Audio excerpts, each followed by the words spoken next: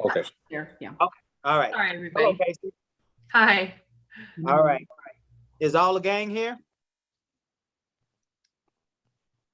Yes. All right. Let's go ahead and get started. We are the City of Lamar City Council Workshop of March 8th, 2021. The notice is hereby given that the City Council of the City of Lamar, Texas will conduct a workshop via telephone, video conference hosted through Zoom as provided in the attached notice on Monday, March 8th, 2021, beginning at 6 p.m. for the purpose of considering the following agenda. Item 1, we are now calling this meeting to order. Item 2, Ms. Etheridge, would you proceed with the roll call? Most definitely. Councilmember District B. Present. Councilmember District C. Present. Councilmember District D. Present. And Mayor, and A is vacant, of course. Yes, ma'am, I'm present as well. We will move to item 3, citizens participation limited to 3 minutes per person. Comments from the public at this time. Any person with city-related business who is signed up may speak to council on a specific agenda item limited to 3 minutes. In compliance with the Texas Open Meetings Act, the city may not deliberate on comments. Personal attacks will not be allowed, and personnel matters should be addressed to the city manager during normal business hours. Kyle, are you present?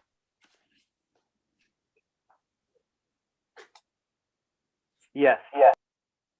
Hello, Kyle. Is there anyone that has signed up to speak? Yes. Through me. Okay, I'm sorry, Robin, go ahead. That's okay. Michael Carlson is here, and he did get a hold of me earlier, and he would like to speak on this one, and I do have another one after that. Okay. I'd like to retract my request. Thank you. Okay. Another gentleman by the name of Olin Norman. This may be him on the phone. Last digits is 184 of the phone number. If you want to unmute him, if he can, he's on his phone. Mr. Olin, you may need to press *6 to unmute yourself since you're on a landline. Thank you. Can I speak at this time? Yes, sir.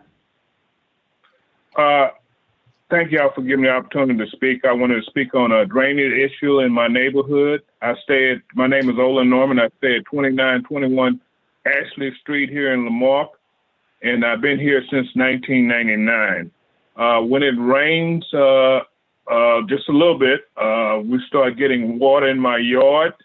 And when Harvey hit, I had water up to my door, and I lost 2 vehicles. I've spoken with Mr. Jackson, the city manager, and he referred me to the public works director, Mr. Corey, and Ms. Corey came out and spoke with me last year, right during the hurricane season, and he looked at my drainage area, and he said that there was an error in the way the drainage was put in, that they needed to have an engineer come out, and then it'd be bidded out for the repairs to be made, depending on when the city would have money to do so.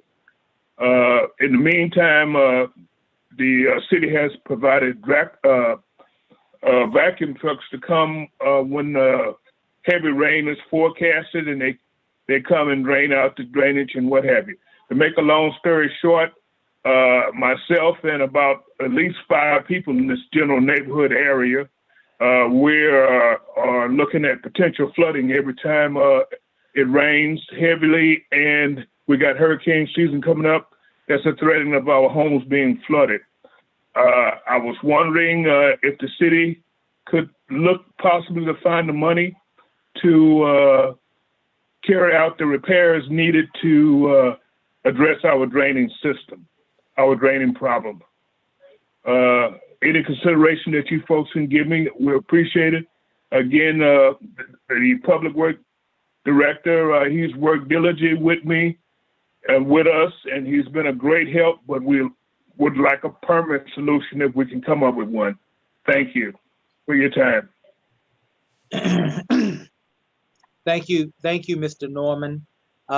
According to our agenda, the council is not able to respond to your request at this time, other than we will say to Mr. Jackson, would you please on tomorrow contact Mr. Norman and communicate to him what your plans are as it relates to resolving the issue of drainage on Ashley Street? Chase, do you have his phone number? Yes, sir. I do, Mr. Okay. Jackson. Okay, Chase and I'll visit about it in the morning. We'll get with him. All right. Thank you, Mr. Norman. Look forward to hearing from the city tomorrow. Thank you very much. God bless you guys, and thank you for everything y'all do for us. We do appreciate y'all. Bye-bye. Thank you. Are there any others that are wishing to speak? I see a Melissa Washington. I don't know if she's here for another part of the agenda. If she would like to speak. I believe she's with the GLO with the grant. Is that right, Tink? Yeah, she's probably just hanging out listening to us. She does that every once in a while. Okay, good deal. Welcome, Ms. Washington. Thank you, sir. I appreciate you guys letting me monitor everything that's going on in the city of Lamarck, and I'm here to help in any way necessary. Certainly. And thank you for all of your hard work as it relates to the grant award that we received here recently, the $7.5 million for our manhole covers. We greatly appreciate it.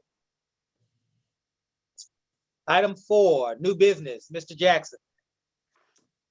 Mayor, council, good evening.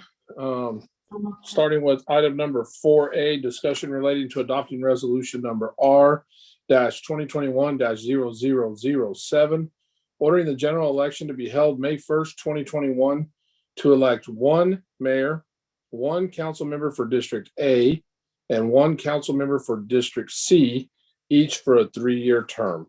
The resolution calling the election is in here. I will note that council had previously requested that we look at adding a second polling location in the city at the central fire station, and that has been added in here. So there will be 2 polling locations in the central part of the city.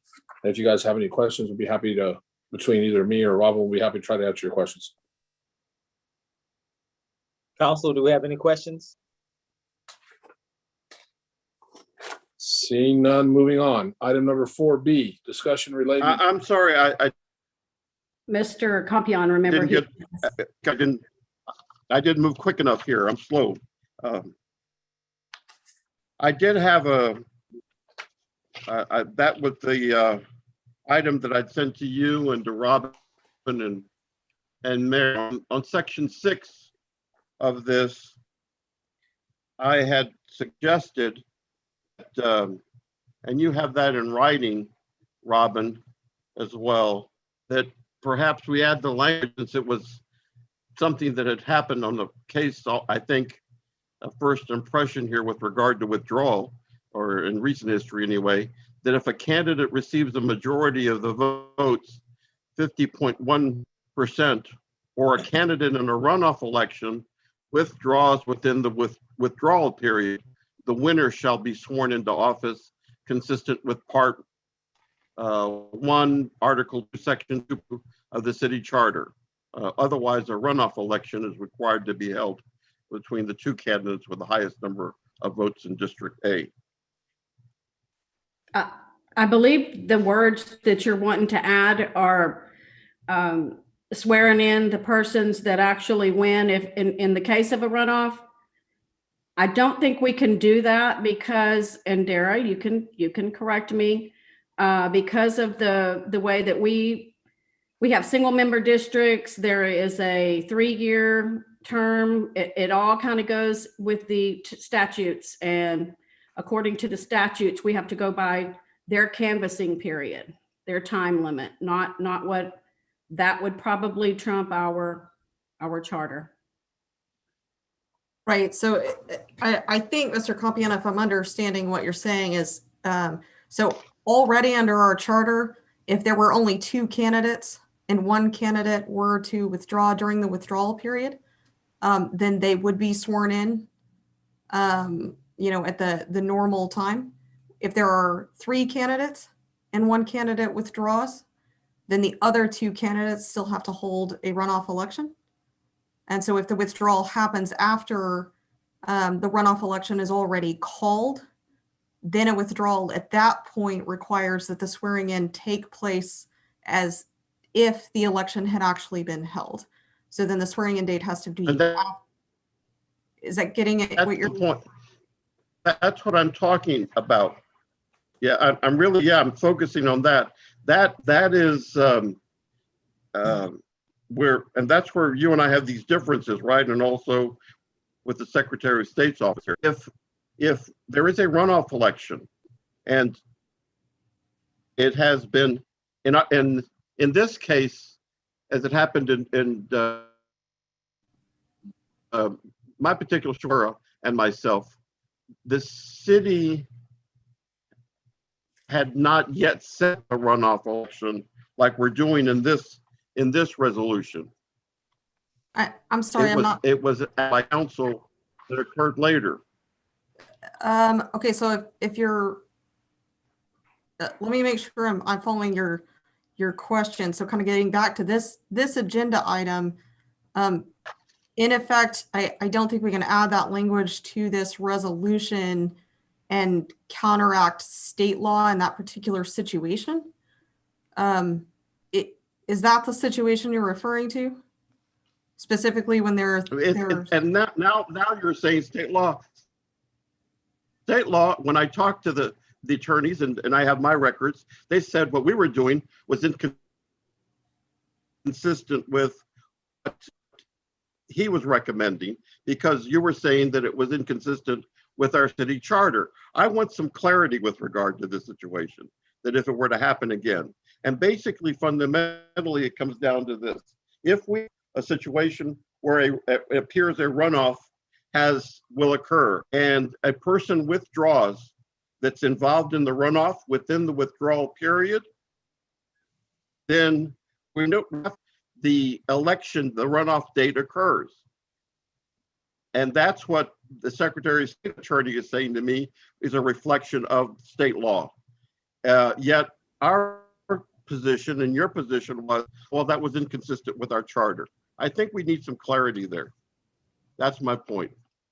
Okay. I believe this is the clarity that I'm suggesting on there, that if there's a withdrawal, it happened in our period, then that at the following meeting of the regular meeting of council, then there is not a delay in swearing in the remaining person that was involved in the runoff. I'm sorry, you're cutting which out. We had happen. Pretty bad. I'm trying to understand what you're saying. See, I think I am getting, my internet connection might be unstable. Let's see if is this better? Can you hear me? So far, at this point, I will do whatever's at the council's pleasure. I can provide Mr. Compion with a legal opinion specific to the situation he's discussing. So let me see if I can go at it a different way, Dira. Sure. Mayor Pro Tem. Yes, sir.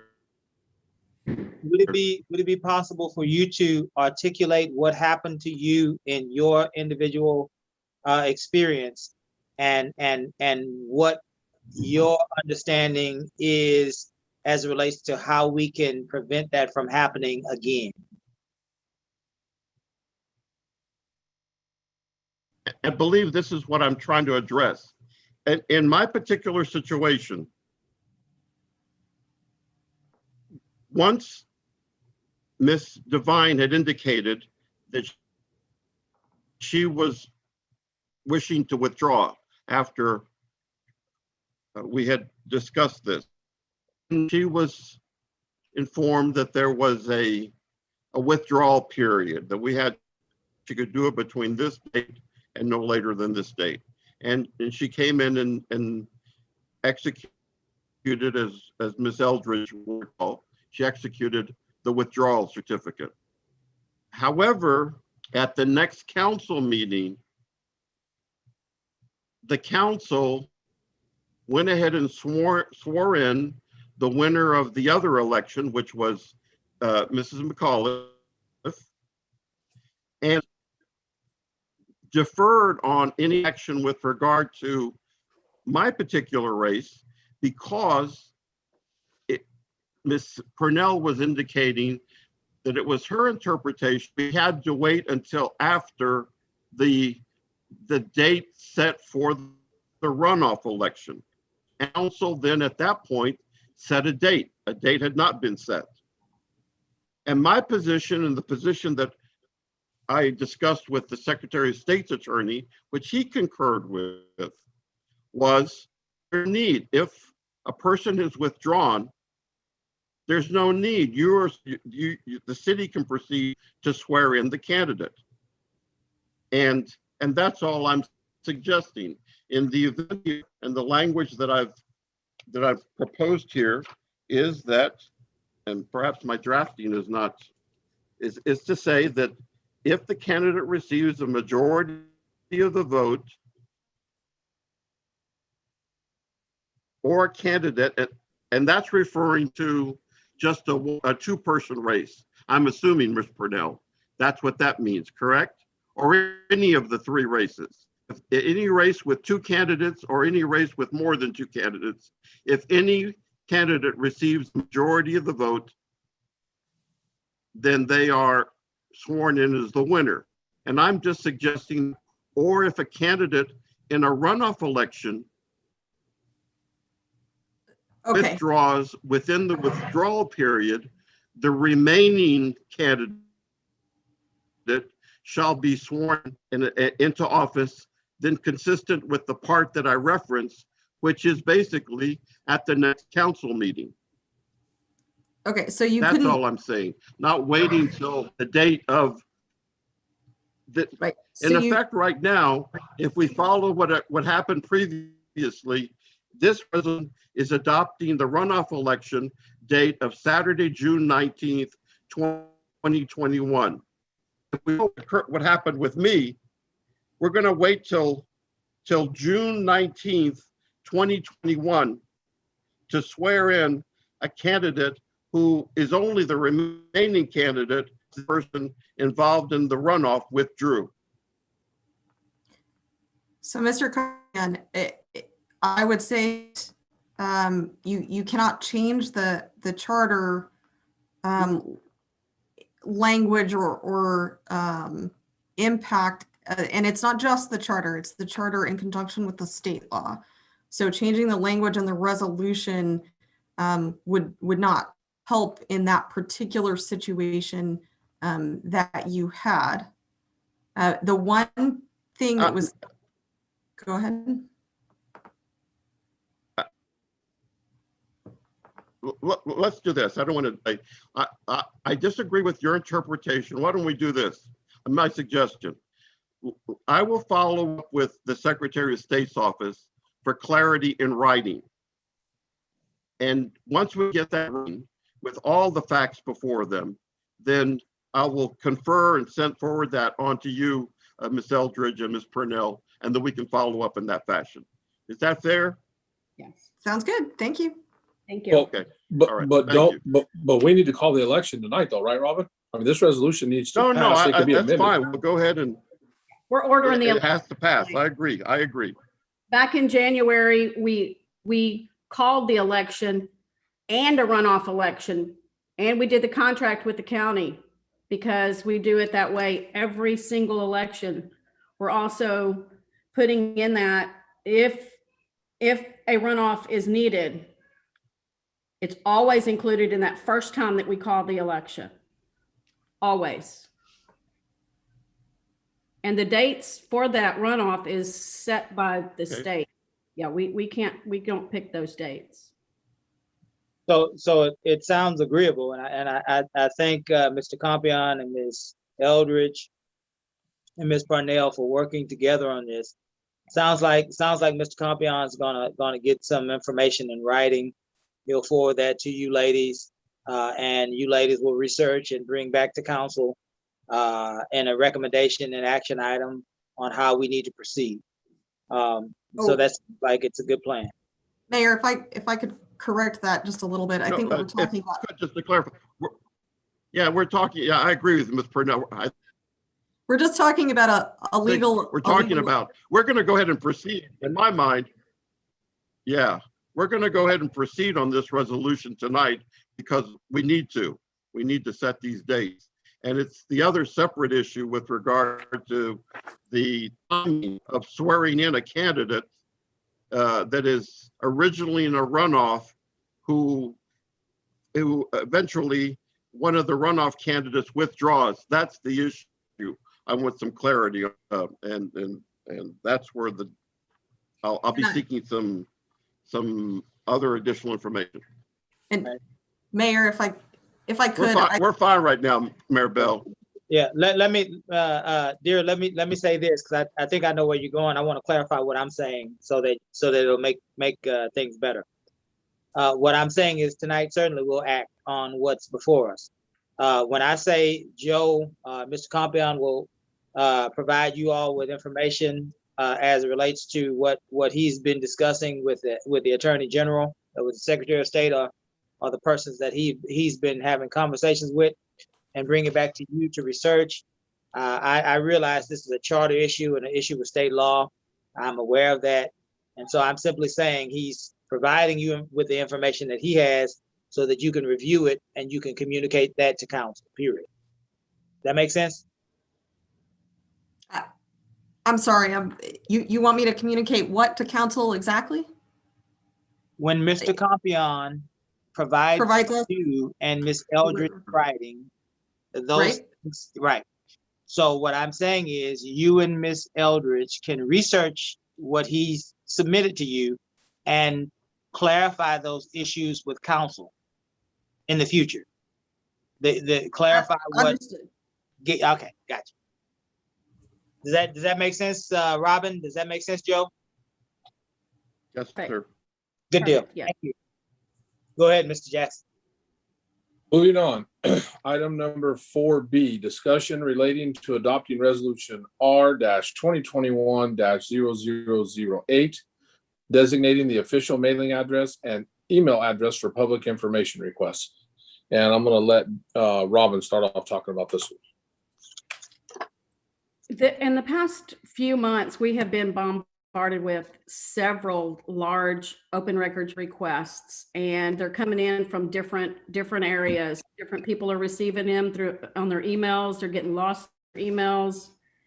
We are required by law to turn those over in a certain time period, and because of them coming in from different directions, they're getting lost, and it is very much needed to have one source, one email for all open records to come through.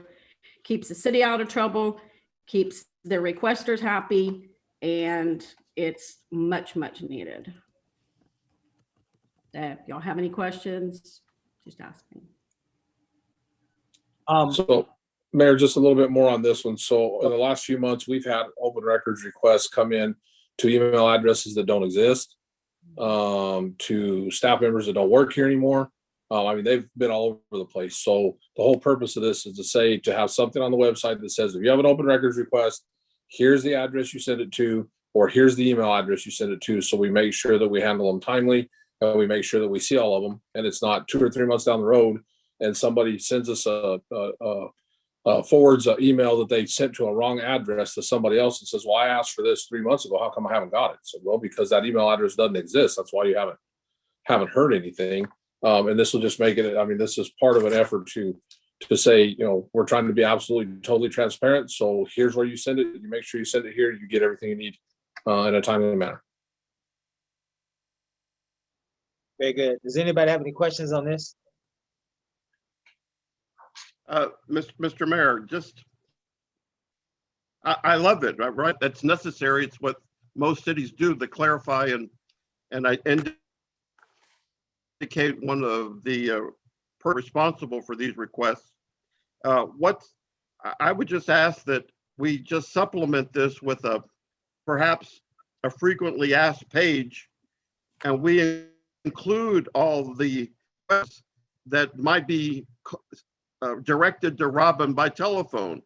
And I'm as Tink and Mr. Mayor, you have this, or Robin, that we include a question about on our webpage, how do you submit a public information request, and make it very clear. I'd like to know, this is a question that I've had come up in my own life, what will be the charge for my request?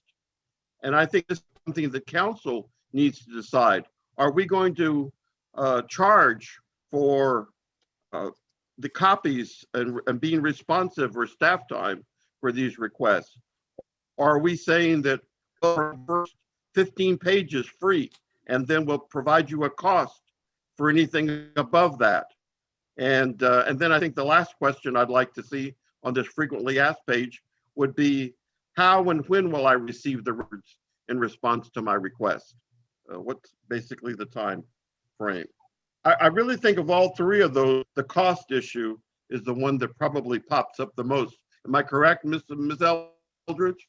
It is, but in the Public Information Act itself, that specifies exactly what it's going to cost somebody. We have to charge per page. Well, it depends. That's a loaded question. It depends on what information they're asking for. If it's emails, it depends on what they're asking for, whether they're eligible to have it, whether we have to send a letter to the Attorney General's office to see if it's even admissible, if we can give it to that person. If our IT department is trying to pull over 1,000 and emails for a certain information request, that takes time. It takes staff time. There's letters, there's clarification letters involved, and there's time periods. It's very difficult. It's not a yes or no question, but it's all spelled out in the Texas Public Information Act, and we definitely are within our rights and our legal advice to charge for the time and the papers. Well, then let me interject. Then, at the very least, we should have a link to the Texas Attorney General's website on the Public Information Act, and that should be provided to anyone inquiring about this. But in my own experience, I've never been charged for any of the requests that I've made, although there's a possibility.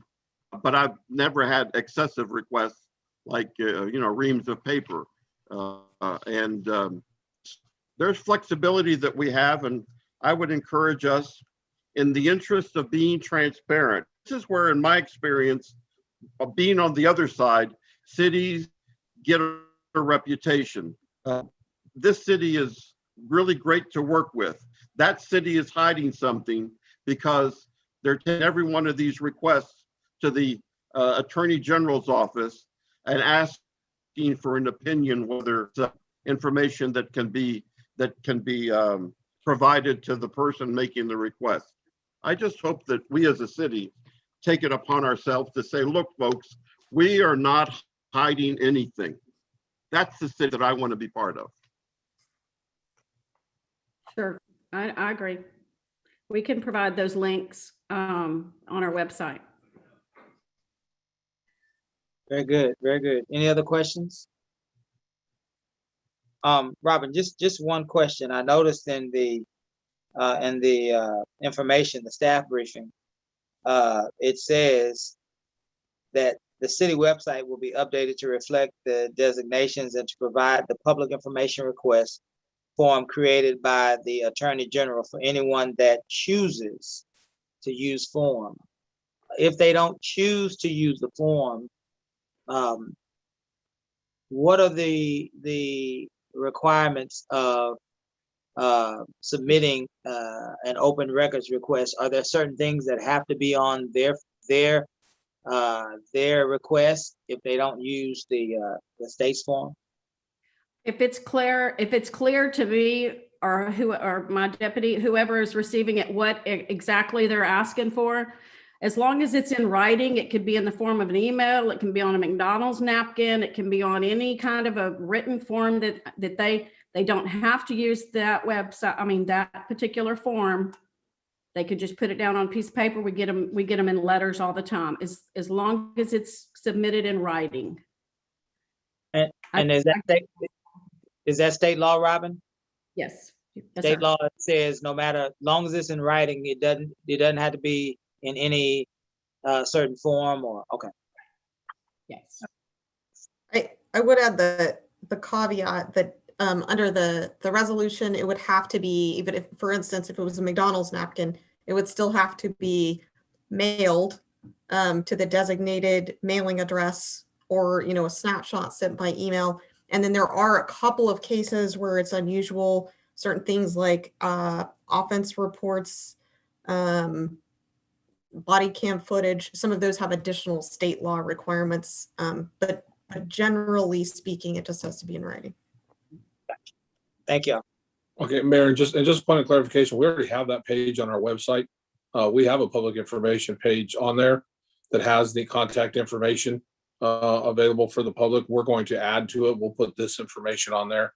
We'll put some additional links on there, but the information, there's already a link, there's already a page on our website that tells people how to submit a request to us, but we're going to update it and add some more to it. Thank you, Mr. Jackson. Proceed. Item number 4C, discussion relating to adopting ordinance number O-2021-004, amending City Code Section 2.9, establishing a policy for appointments to boards, commissions, and committees, and assigning the mayor to the Lamarck Economic Development Corporation Board as an ex officio non-voting member. This will be the first reading on this update. This is what you guys had asked us for at the last council meeting to provide to you. In your packet, you have a redlined, maybe red or maybe blue, but you have a redlined version with the proposed changes of what you had requested. So we're ready to discuss that when you guys are ready.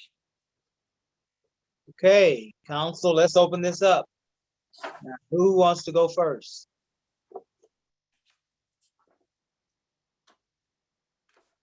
Well, Mr. Mayor, I've been drinking a lot of my, I found a new business in my district, Cappuccino. They have a great Italian espresso machine. So I have had a lot of espresso today. So that's why I guess I'm so talkative and loquacious right now. This resolution, I think it's, I'm going to ask that we table it, and I'm going to let the other my fellow council persons know why I asked this be tabled. As I started looking at all the boards and commissions, and that went beyond this, I went to our charter and the ordinances. There's one thing that I noticed. Number one, the different boards and commissions, we have different membership requirements on those commissions, both in terms of numbers of people, and I see you're shaping, Ms. Eldridge, and you probably have to deal with all of these. And I was, my head was spinning after I was reading everything. And then particularly then, when I got to the planning and the, what is it, the Planning and Zoning Commission, I was just, I thought, this is not even possible that in that Planning Commission, if I read it correctly, there's a requirement that you have to be a homeowner, to own property in the city of Lamarck to even be a member of that commission. And that for me is incredible. Access to public government it's almost like the old poll tax.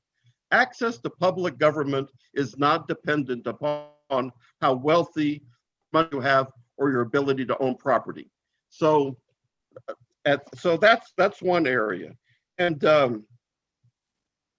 I disagree with the definition of resident in this proposed resolution. I think that we should make it simple, that the applicants for a city board or commission shall be qualified voters of the city of Lamarck within the state of Texas, that they hold no other position on any other board or commission if selected, that they have to be, just like we, when we ran for office, have to be a resident of this city or of an annexed area for at least a year immediately preceding the date of submitting the application to the city board or commission.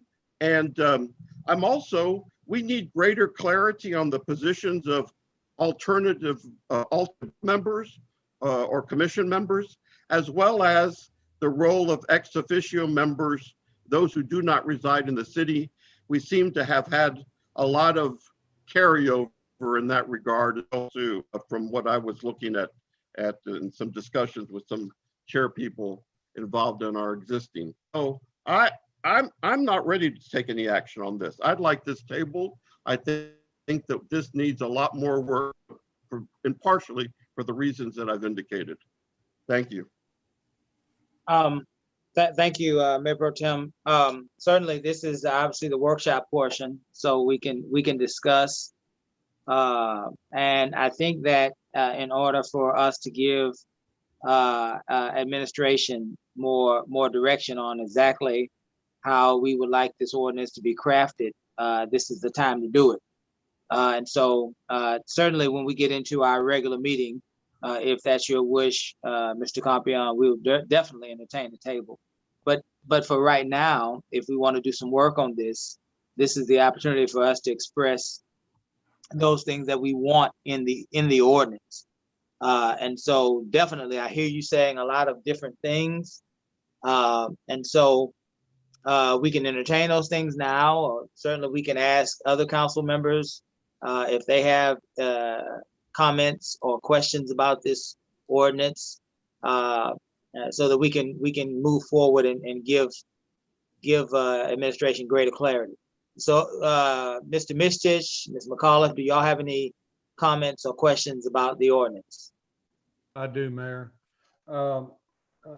To join in on the residency requirement, the definition of residency has been stated in this thing is a very dangerous path. In the past and currently, for voting, the state has that kind of laissez-faire where home is where the heart is. Not where you hang a hat, but where the heart is. And so that could be people that own properties in multiple states, multiple cities. They're going to declare one area as their voting. That is not the same as running for election or being appointed to a board. Here, someone has taken upon themselves to define residency as you only need to own a residential property, and you may lease it out to your children. You may pay the water bill, but that gives, and you live somewhere else, and that gives you a right to be appointed. It could be your own house that you lease out, but you own that property. And you can, by this definition, all you got to do is, hey, I've got a water bill in my name. I'm paying the water for my renter, and I get to be on a board. If we apply that to this, that same definition must then be applied to the requirements for running for office. What this does, residency should be where you lay your head at night, where you actually reside and live. Now, that doesn't mean that you have your home and you live here and your job is taking you away for 2-3 months and you've had to rent an apartment, sort of like Mr. Jordan is doing. You know, that doesn't change that home base, you know, and then they move back there. That's all fine. But what I'm saying is to initially say that, and that's what this is saying, you don't have to physically live there. And that's wrong. That's going to create the ERCOT city government of Lamarck is what we're going to be doing. I am totally against that definition. I'd like to know who came up with that definition, because that's certainly not the same in other municipalities. And that's not something from the state. I mean, as a council, we can create our own, but this one takes us down a very dangerous path. The other item I'd like to see is if we're going to have this ordinance and refer to planning and zoning under section 7124, that's a big section of code. Let's break that out and put those requirements for planning and zoning, even though we may want to still keep those requirements under that section, but I think we ought to list them as an addendum to this so that it's easily found and easily read by everybody. Because right now, going and looking it up, a little tough. The other thing is we had discussed about removing the term limits, and that is not in here. It's still term limited. You know, I look at some people that have done some great work here. Alana Brown will end up being term limited very quickly. So will Tamara Smith on the Parks Board. You know, good people. I let them serve if they have been good. And we don't have the term limits, and I am emphatic that we should not be placing that on our boards and commissions.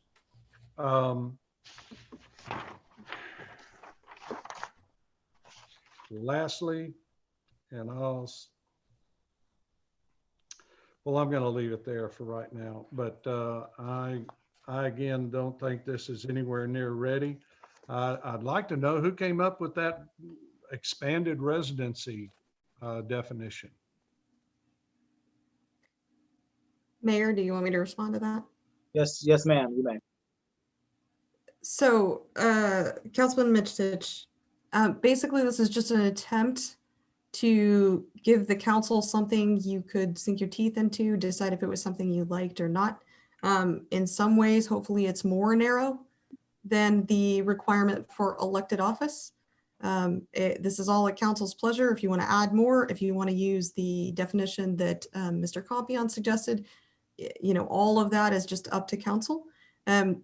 We're just attempting to come up with an objective means of verifying residency. That was the only goal in the draft of this residency requirement, because typically producing these would, as you pointed out, it may or may not be sufficient when you're talking about elected office, but it is historically very difficult to objectively prove without going to a court whether someone is a resident or not.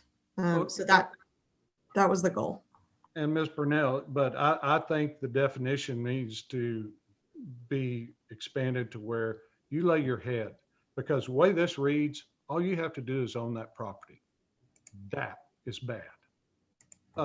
If you want to verify, you're leaving out a very important one and very simple. Where's your vehicle registered? Where do you receive your mails? You know, I mean, that's an easy thing to add. Vehicle registration. Your police department, boom, 5 seconds, they can tell you that. Any officer on the street tell you where it's at. You know, anybody can have a water bill in their name. You know, rental properties, that's a lot of times people include the water. Maybe not the electricity, they just include the water as part of the rent. So I can give you examples of some parties that own rental property here that do that. But I think that residency requirement needs to state, because that affects filing for elections, that you must, it's where you reside, where you lay your head. And that needs to be in there. And if council, let me be clear, if council needs a one-off, and there is going to be somebody, a non-resident, that we feel so strongly about that needs to be appointed to a board, council always has that right to do that. You know, it is not something that we can't do. So when it comes to protecting someone or a need, and that has been done in the past, you know, council has that. But for standard definition, I don't want to see an outside developer or anyone else being able to be appointed to being boards, or any other person from Dickinson to Galveston or something, or even running for office because they own a rental property. That is just not right. And our constituents, our residents, when they see residency, that's what they think. It's very simple. They think, well, you live here. And we need to make that very clear in our definition. I don't like the way this is worded one bit. That's all I've got right now. Let me throw a couple things in there real quick to clarify a couple other points too. The thing on term limits, there was discussion on both sides about wanting to take it out, wanting to leave it. That's why it's highlighted. It's not our decision to take it out or leave it in. And we did not hear a consensus on whether it was to come out or stay in. So that's why it's in there, but it's highlighted yellow because that was something else that you guys had talked about. And so it was highlighted to Mark that you guys had talked about it, so you could come back to it. And just one point of clarification, we cannot run somebody's license plate to find out where they live for the purpose of verifying their eligibility for a board or commission. That's illegal. There's very limited reasons why police officers can run a plate or use their system to find address on somebody. We can't use that system. So we have a very limited number of systems that we can legally access to determine if they are what their residency is. Mr. Jackson, I would suggest that we write that into this, and it would be a requirement on the forms that you fill out that you give that permission. Problem solved.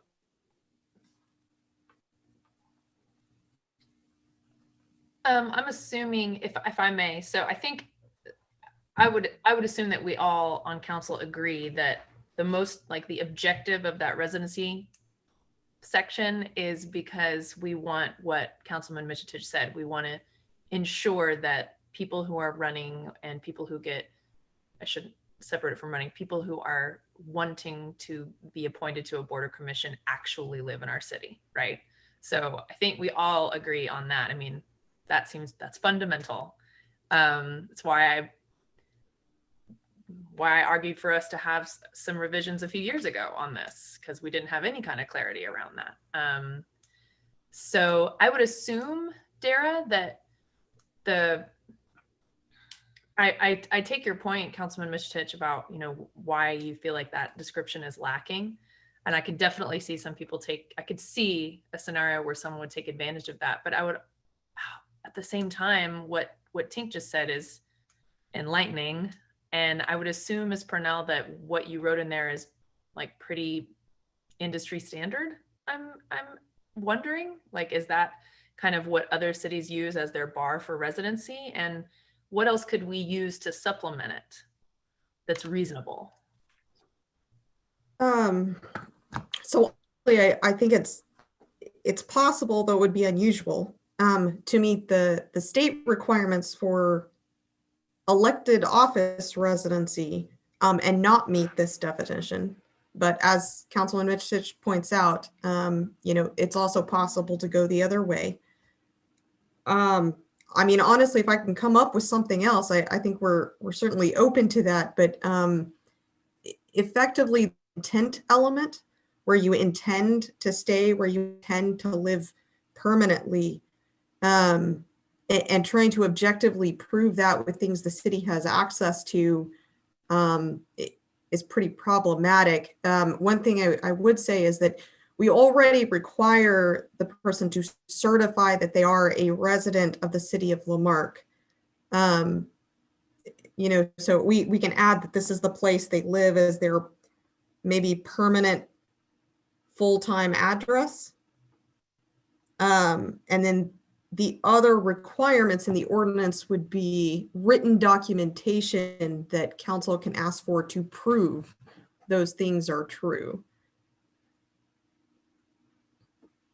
That sounds pretty good, dear. I just think that it has to go beyond just currently owning or leasing under a written contract. We've got to say that you must reside here, you know, not just owning, because that is very ambiguous the way it is. And That sounds like a good compromise, maybe though, what Yeah. Dara just said. I agree, like changing it, and then further emphasizing how their intent, like holding them accountable to their intent and to what they verify themselves.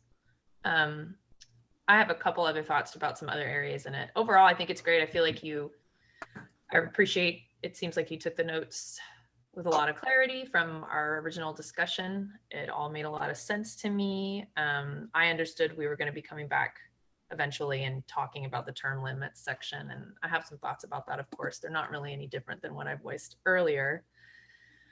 One question I did have, and I think this might speak to one of the issues Councilman Compion brought up, and that's the alternates section. Oh, well, first I'll just ask a question. What Mr. Compion was talking about like all the different numbers of people, the requirements of members and whatnot. Some of that is predicated by law, right? Like some of those certain commissions, like we don't have a say over the rules of the requirements, correct? Correct. At least Like not planning and zoning. right. Not the number of members. Now, some statutes have a specific requirement for the number of alternates, and some statutes do not have any requirement. They just say that you can, appoint alternates. So in that setup, it's really up to the council discretion how many you want to appoint. I will say, just because we're in the context of that discussion, the Planning and Zoning Commission in Chapter 71, one that is a little vague on purpose because we are updating the zoning ordinance, but I take your meaning. If you want to duplicate it here, we can certainly do that. But the reason it is a cross-reference is so that when we update the zoning regulations, we don't mess up the cross-reference. So in that context, to change the zoning regulation, you have to go through the zoning requirements. So it has to go through P&Z and through all the public hearings. There's certainly no reason you can't do that, but that's why P&Z and Board of Adjustment were accepted from the requirements of this ordinance. It's just because it has to be changed separately. And just a follow-up question on something that Joe brought up that I didn't realize, and that was the question of land property ownership as a requirement to, is that a requirement of ours, or is that through the state? So it is a requirement that you be a property owner, and it's definitely not a state requirement. That's something we're doing as a home rule city. Okay, cool. Well, I'm totally game to talk more about that. I just thank you for satisfying my curiosity. I had a question, and I don't have, I apologize. I don't have a good suggestion for how to fix this issue that I see, but it's around the absences section. And so it seems when I read what we have in here, and I've run across this before, since obviously you didn't change anything, I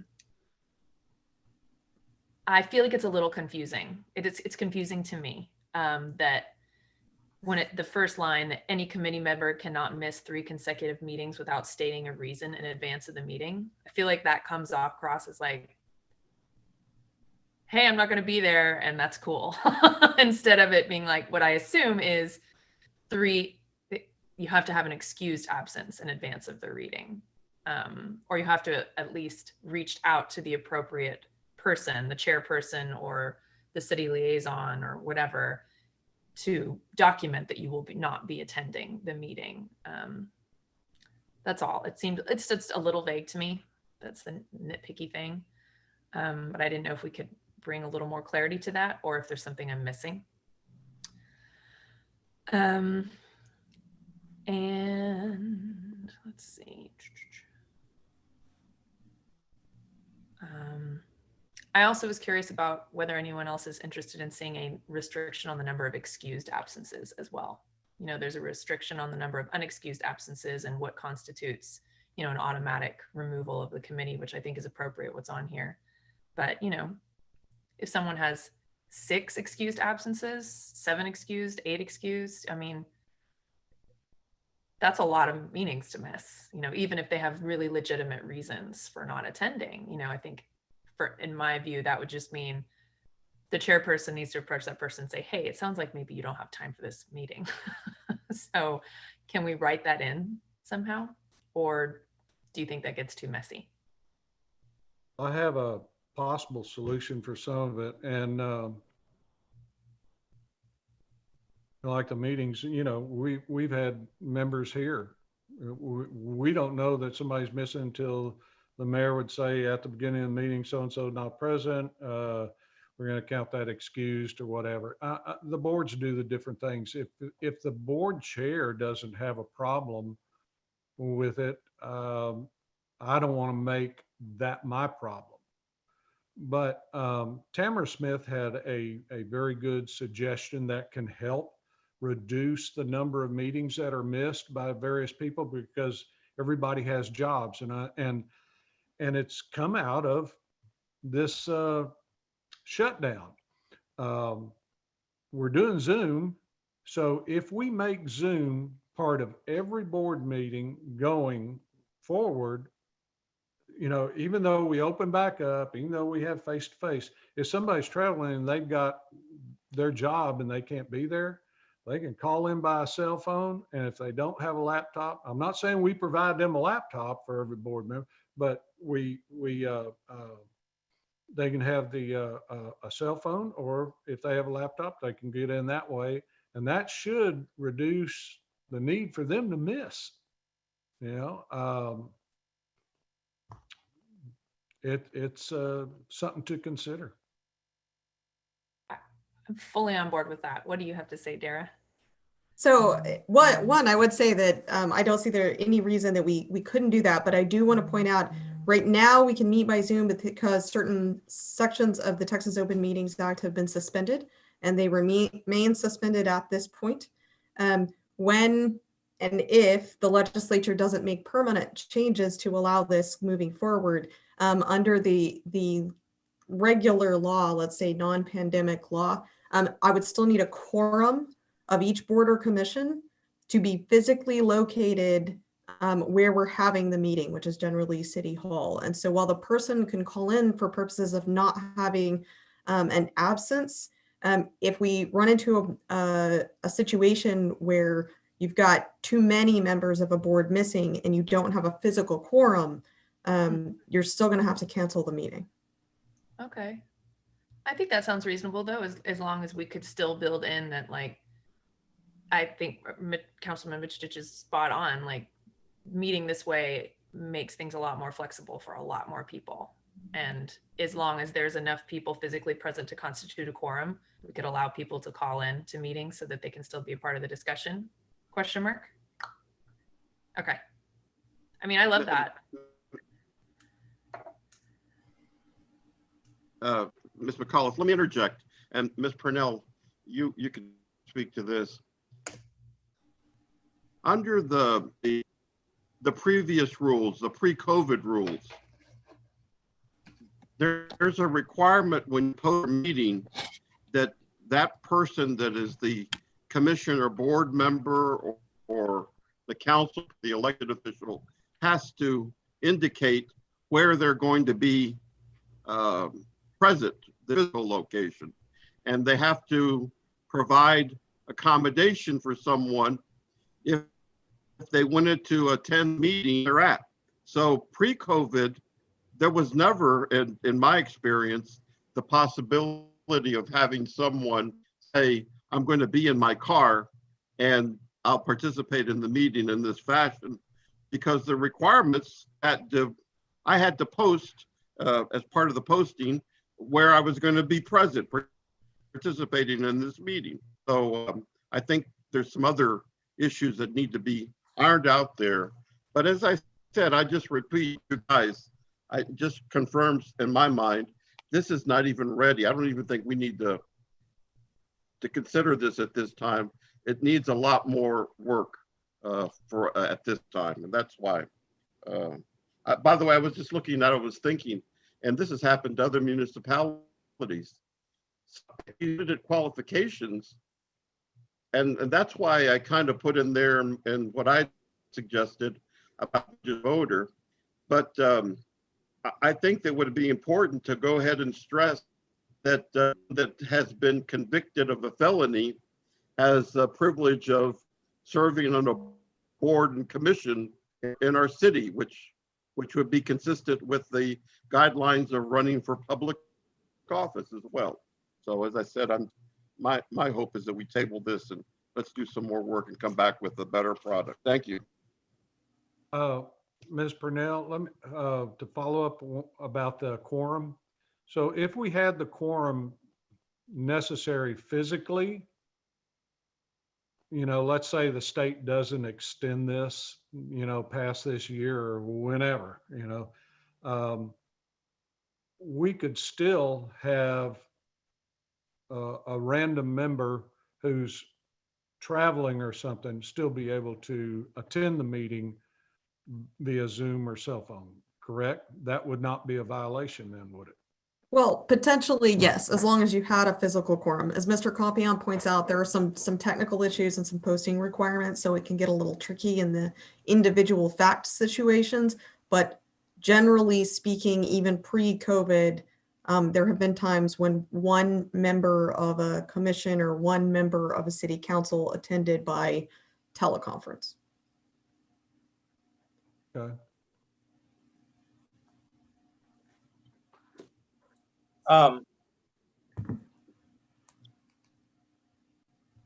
Here, Yes, sir. I'm interested in the residency requirement, but I have a question first about it. There's language in section 4D that says planning and zoning commissioners shall not be subject to this requirement, but shall comply with section 71-24 of the city code. What does section 71-24 say about residency requirements as it relates to boards and commissions? So it says specifically for the Planning and Zoning Commission, I'm pulling it up now, but doing it by memory, basically that they have to be a property owner. Here, real property taxpayer, so all of whom shall be residents and real property taxpayers of the city of Lamarck, and none of whom shall hold any other position in the city government. So it says that they should be property owners and residents? Correct. Okay.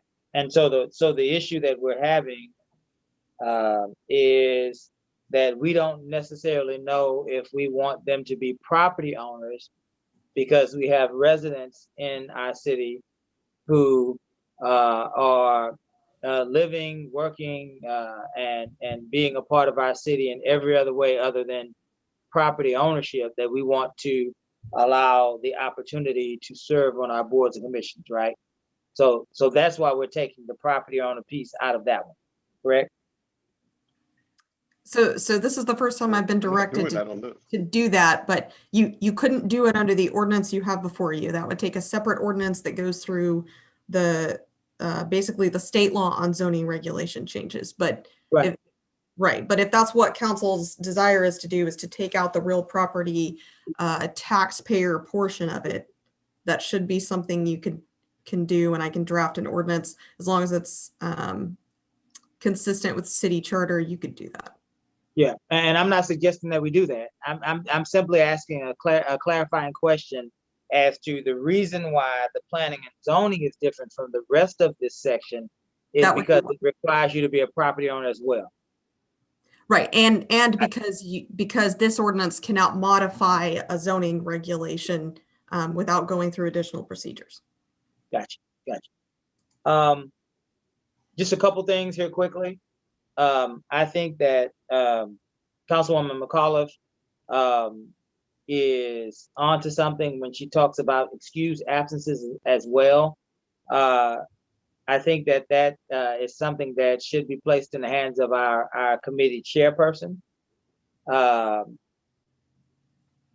This council can choose to to, if they want to have a number as a trigger, that could be 6 excused absences. It doesn't matter to me, but if we want to do this fairly and across the board, I would suggest, we don't have to, I would suggest that there's a number associated with excused absences, and when that number is reached, it automatically triggers the chair of that committee to have a conversation with, at minimum, that person, and to make a recommendation to the council. And again, the recommendation could be that Mr. Jones is having health issues. He's taking chemo, but he is nonetheless a very active and important board member. Doesn't have to be, I recommend that we replace Mr. Jones. It could be in the affirmative. But I think that we need to make sure that there are certain criteria that has to be met, so that certain instances and actions might be put in perspective so that we can hold folks accountable. The second thing that I wanted to ask you about, and you and the rest of council, is section D, where it says that a board member's residency shall be certified.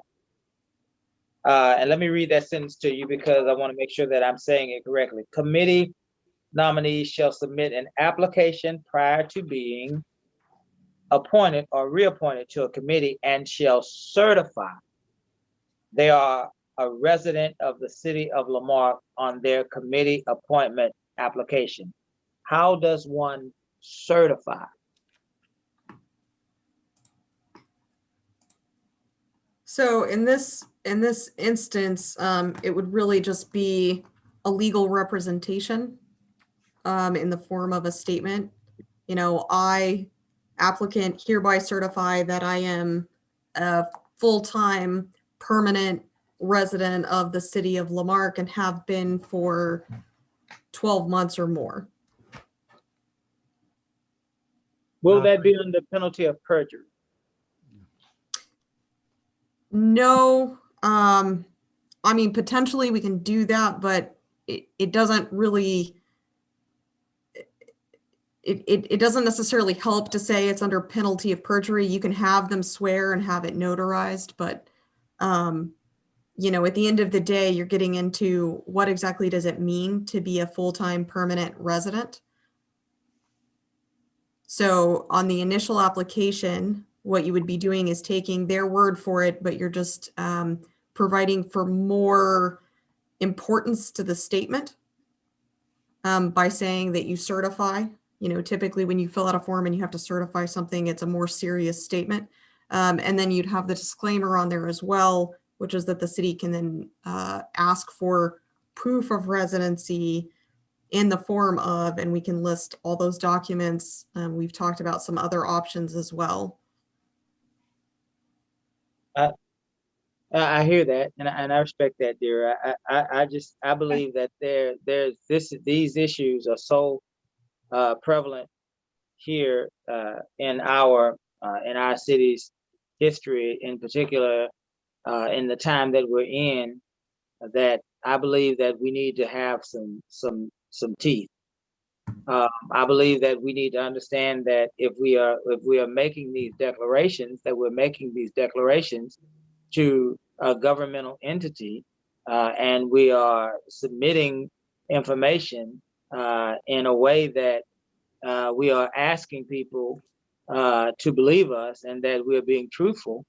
And I think that people need to know the seriousness of being appointed to boards and running for office. I don't think that we really know in this city how serious it is for us to be appointed to boards and to become candidates for office. I think to simply say, I certified because I said it's true, for me, it's not, me personally, it's not enough. I think that we need to make sure that people understand that if you're found that you have falsified information, that you have perjured yourself, and that you are open to criminal prosecution. I think that's important when people begin to fill out applications suggesting that they are residents of our city when perhaps they are not. I would like to see that, me personally. I'm only one of four right now, the four amigos. But I would like to see us emphasize that you are making this declaration under penalty of perjury. Now, it talks about currently owning, and we've definitely communicated to you what our desires are as it relates to that. Let me ask you, because I don't know, could it be possible that if we are homeowners, that we would be able to ask for what do you call it?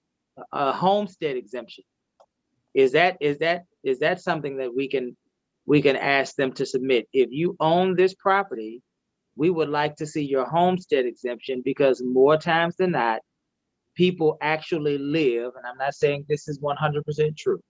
I'm simply saying more times than not, people actually live where their homestead exemption stands. So is that possible, or is that illegal? So I think that's possible. The question is, is there an equivalent requirement for someone who's renting? That's where the requirement was that you have a written lease.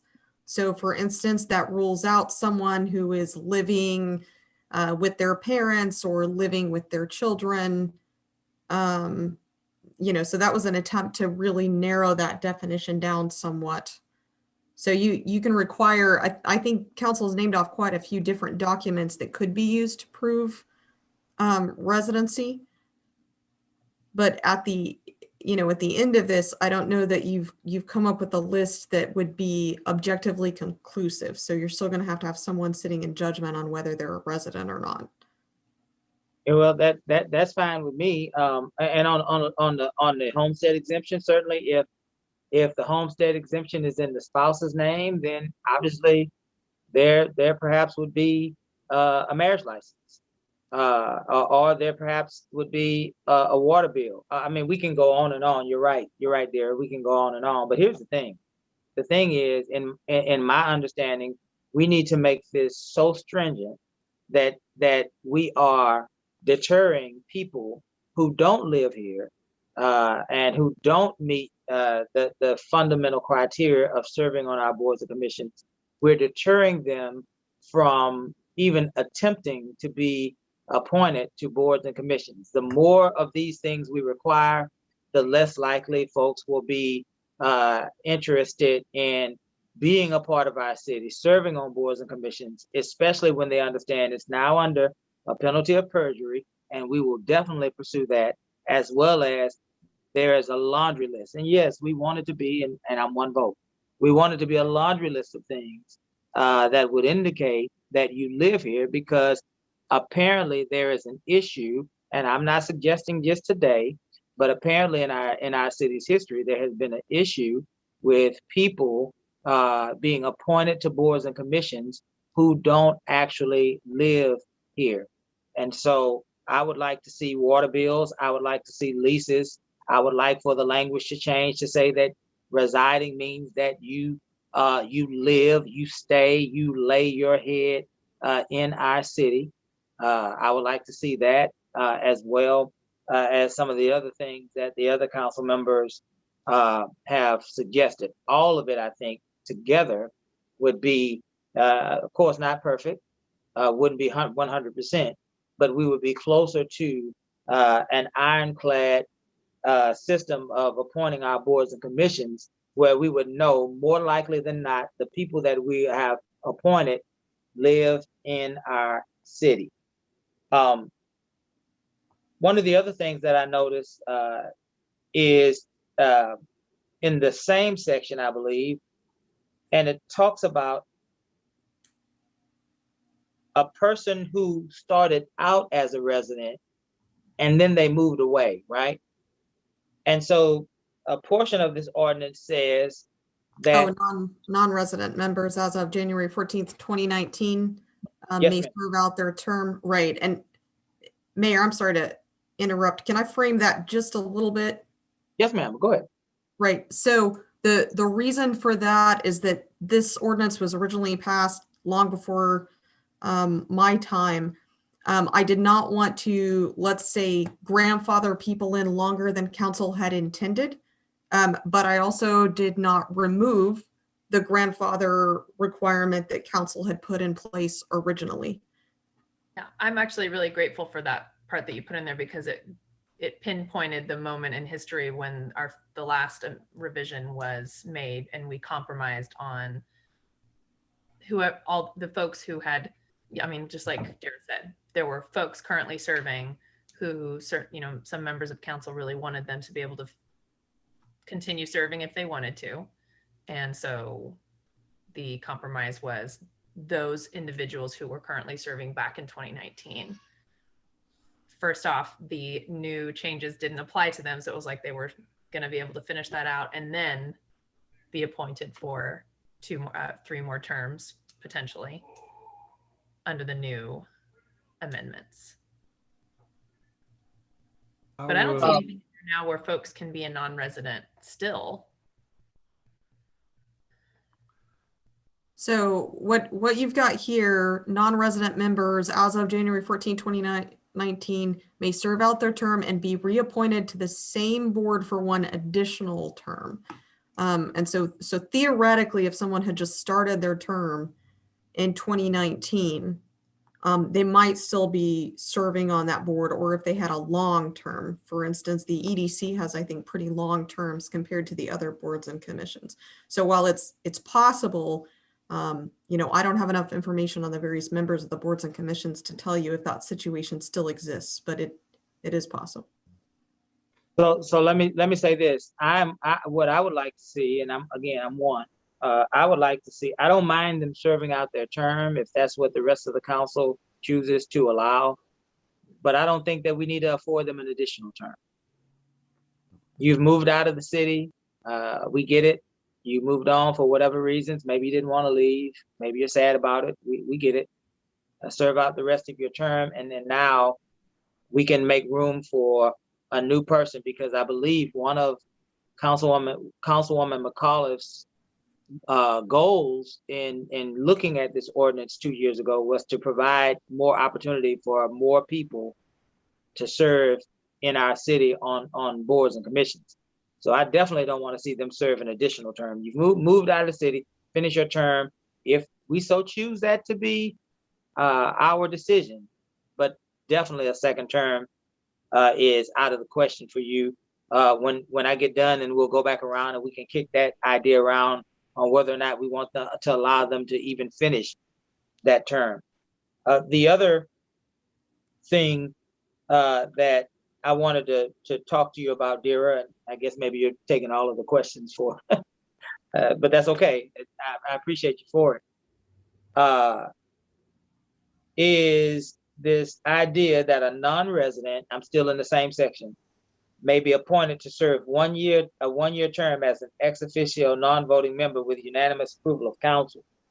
And so that's okay, but here's what I would like to add. I believe that an ex officio member has to bring a certain level of experience or expertise to the board in which we are considering their service. So I would like to add to that section something and I'm open to the rest of the council adding to, taking from, but something that would say that non-resident, that an ex officio member has 10+ years of experience in the areas that the committee shall work on, or perhaps certificates or licensing that indicates that the ex officio member is an expert in the area in which the committee will work. So, for example, if you are on the Parks Board and you are an ex officio member, perhaps you may have coached Little League soccer for 30 years. Okay, that's a level of expertise in working with children and working in the parks and recreation environment that would say that we would need your experience. If you are a for example, if you're working with the Economic Development Corporation and you just so happen to have an MBA, that would say to me that your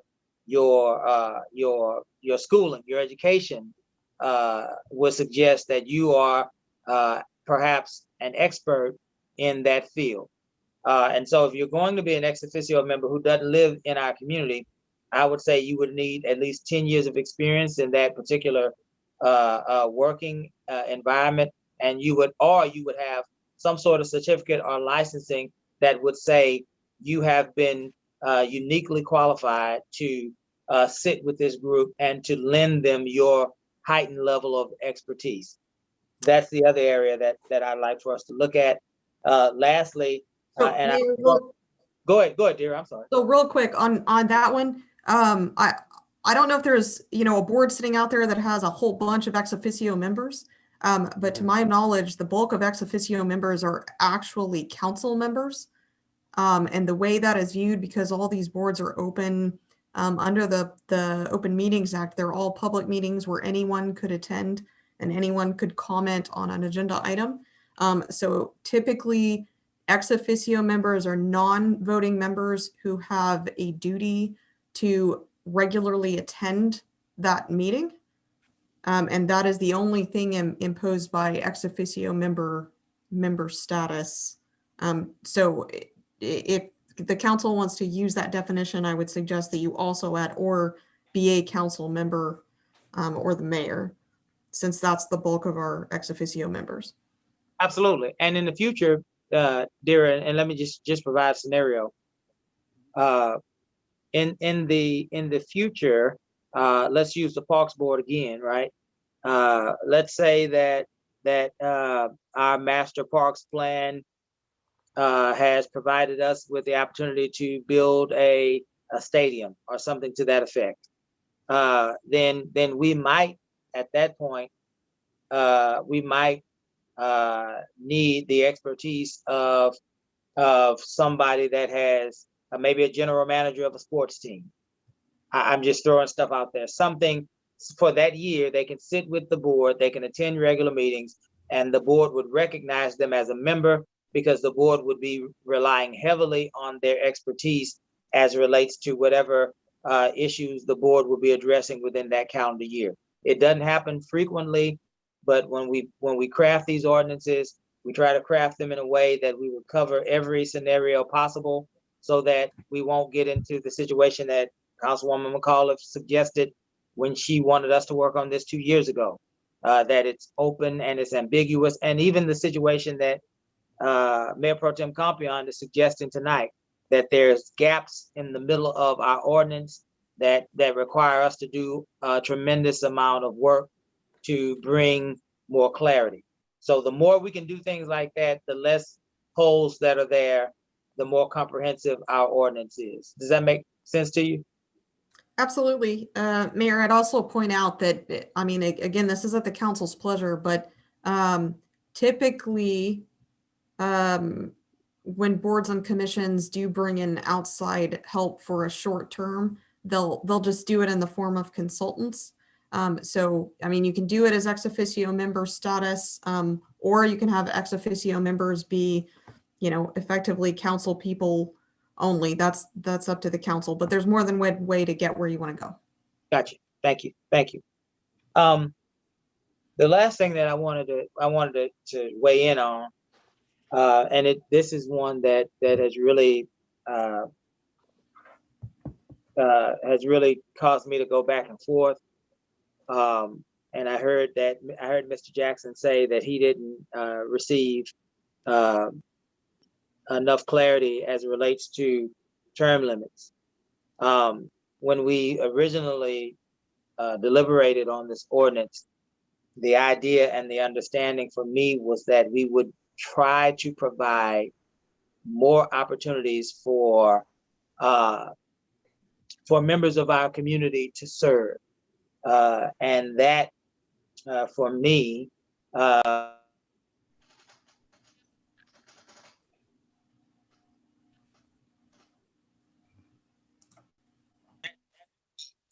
at times in this idea that we want to bring more people into our boards and commissions so that they could serve. One way to do that was to try to move people through the process. In speaking with several board members from several different committees, it's clear that the overwhelming majority of them, in fact, every one of them, has expressed a desire to do away with term limits for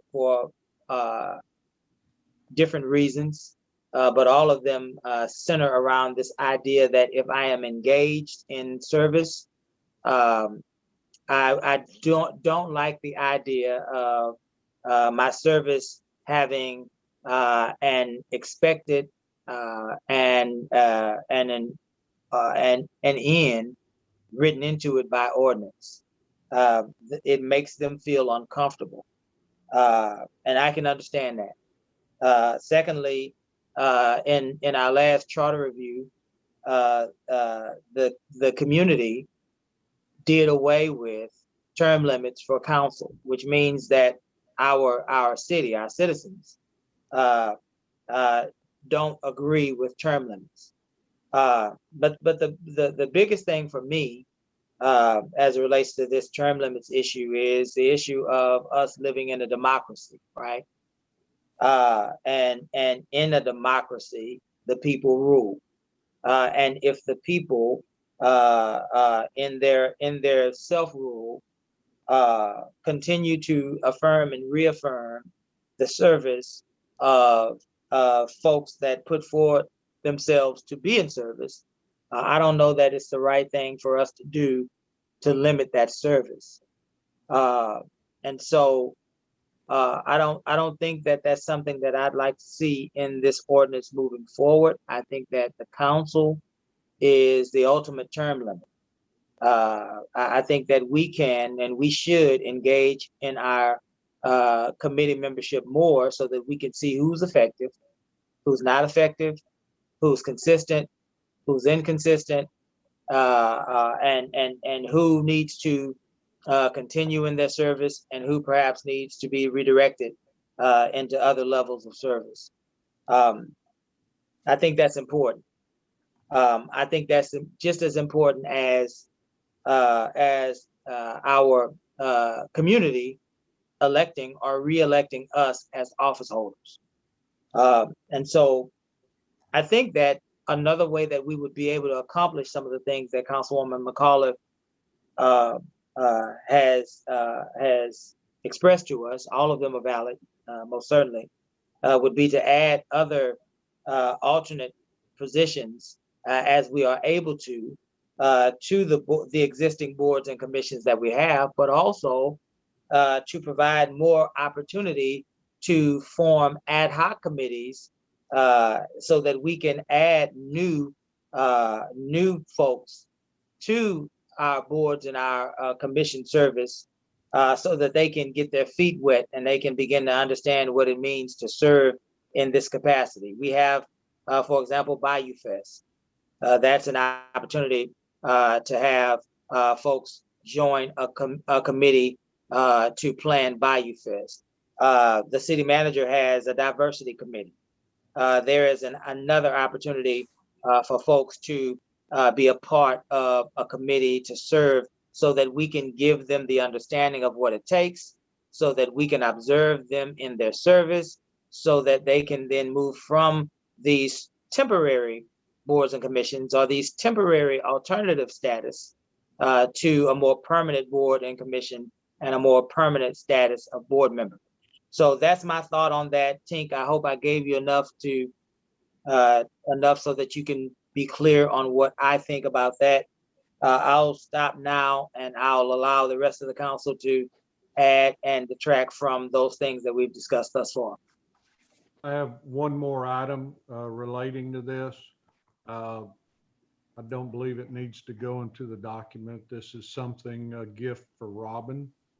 I know she doesn't have enough to do, but you know how we get the sheets that says all the names and when they expire and all that. It would be nice, and I don't expect, there's some members, you can't go back that far, but can we have when they were first appointed, how many terms have they already served? It'd be just nice to have that screenshot when you're looking at something. We actually talked about that last time, right? Didn't we? Talked about having it available and actually available on the city website too, so that folks can look and see the tenure of people. Yeah. But I agree. I think it would be really nice for us to see that at once, going back a reasonable amount of There's time. a few that might go back to when the city was established. So that's, We're working on that. We'll get that out there though. And I'm sorry, Councilman Mitchell, I don't mean to cut you off. Are you done with your thought? Okay. But actually what you just said is really, I think all of this is really good discussion. And honestly, term limits are not the hill that I'm going to die on in this conversation. I firmly believe in term limits. I wish that the citizenry had voted for council people to have term limits. I do understand the argument that if we don't, then, is it fair to institute them upon commission members and board and commission members? And like I said, I can sympathize with that. I do see it as different because, I think even the conversations that you were referencing, Mayor Bell, about talking to people who are currently on the commissions and the boards. I mean, it's not about the people who are currently on the boards and commissions, right? I mean, it's about laying it for long term and for planning for a city that consistently and actively not only recruits new people, but I don't think anybody should ever see their position on a board or a commission as a lifetime appointment. And I think it's unrealistic for us to act as if there's not a history of people feeling that way. And some of that is because sometimes there's going to be elected officials who aren't engaged in recruiting new people. They're not out there talking to folks and trying to get them to join the boards and commissions. Or, there could be more insidious reasons, right? Where it's like, they don't want that person to go because, they do this or that they like, and they just don't want them to leave. So they don't even think about it. That's the kind of dark way to think about it. But more so, the imperative I feel is that it's naive and it's unrealistic for us to talk about the boards and commissions and not look at them baldly as places where there has been a huge lack of diversity across the breadth of them, from the EDC to the Parks Board and everywhere for a long time. Representation that does not reflect our city. And I'm not saying every single one. I mean, but it's not sufficient. It's not doing a good enough job. And so I see those term limits as a very, very tangible way to make sure that even if someone is doing a fantastic job, then part of what they do is when they're in that third term, they're part of the process of recruiting someone to come along and succeed them, so that we are building up our team of really engaged, active citizens, not saying, once you're on here forever. And I also, the only other point I'll make about it is the fact that, this got passed in 2019. That was not that long ago. We haven't even seen the fruits of this particular element of the ordinance play out. People who were appointed since then have 2 other terms to be appointed to before they would term out, except for the EDC, which we limited to 2 for good reason, because that's a 12-year tenure on an incredibly powerful commission, which again, I would say is one of the ones that has the least representation of the most of our citizens, the representation of our entire citizenry. And I think is one of the most important ones to make sure that those appointments are not seen as lifetime appointments. But that said, I'm really happy with changes that we made. I would really like for that term limits discussion to wait until we've seen it play out at least. It's sort of cutting it off at the knees before we've even seen what it does, how it affects things. But I'm really happy about a lot of this discussion. I think a lot of it is making everything better. So, the end. I respect your position. And yes, I agree. Some cities, it could go in a very dangerous path, with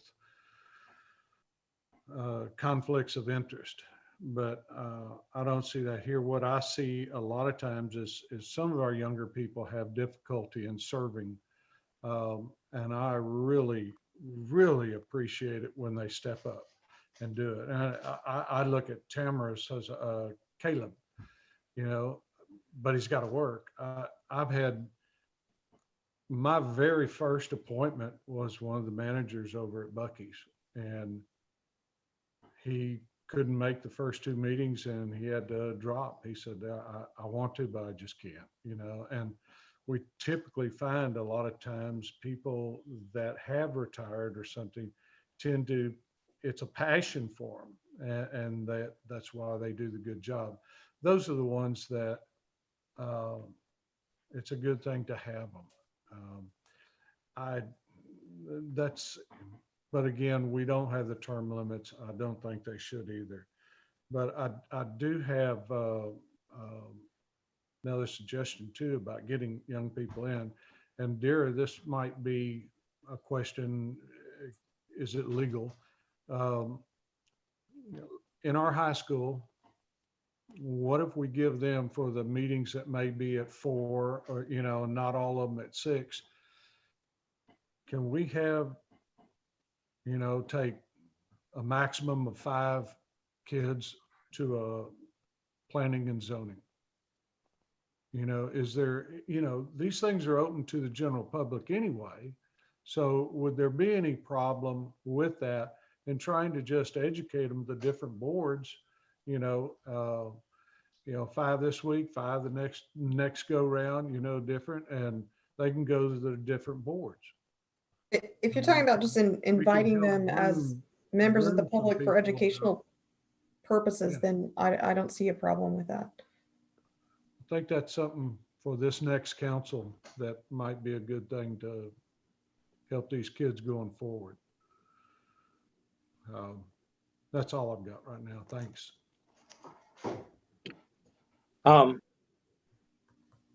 Thank you guys for your input.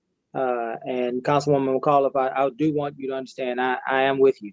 I do understand where you're coming from, and I appreciate your heart, and I appreciate the work that you've done on this issue.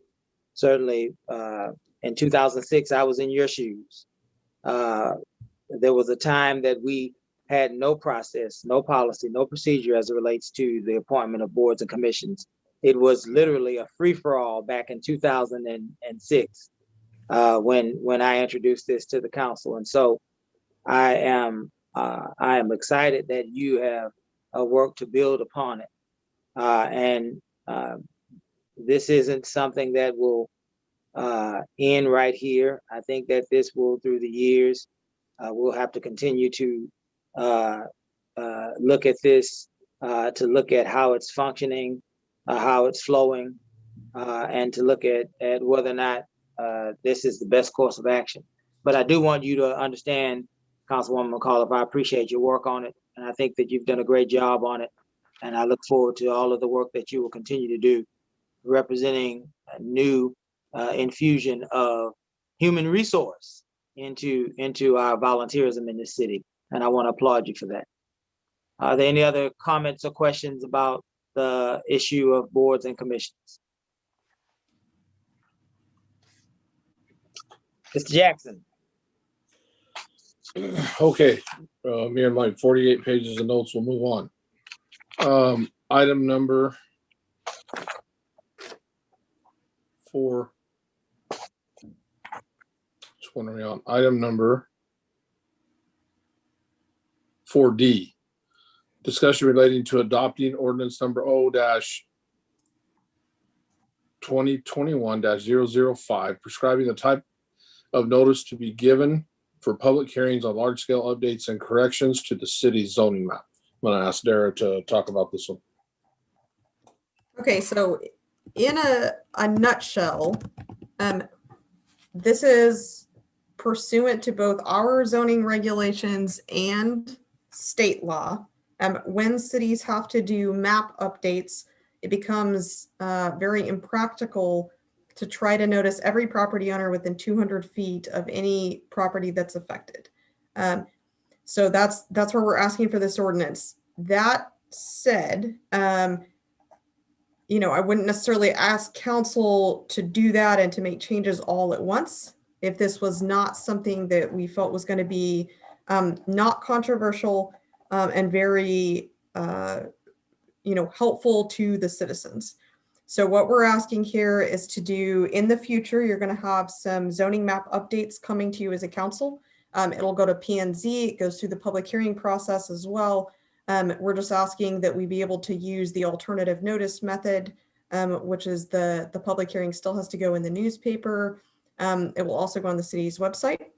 And just because I know this council likes to have some of those terms defined, when we say a large scale update, what we mean is that more than 200 notices would be required to property owners within 200 feet.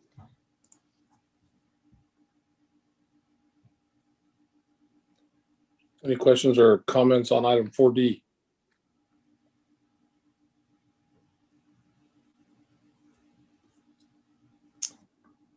Okay, moving on. Item Tink, number. Tink, do you have a question?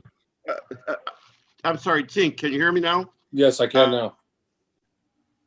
I do have a question. Our current zoning map, is that posted online where the resident can see what their property is zoned, or do you have to physically come into City Hall to do that, to find that out? No, they can see it online. They can go through the CAD and see it. But I think there's a link available on our website also, right, Dara? Okay. Yes. All right, thank you. Yes. Any other questions related to 4D? Seeing none, moving on to item number 4E. Discussion relating to the juvenile curfew ordinance report for calendar year 2020.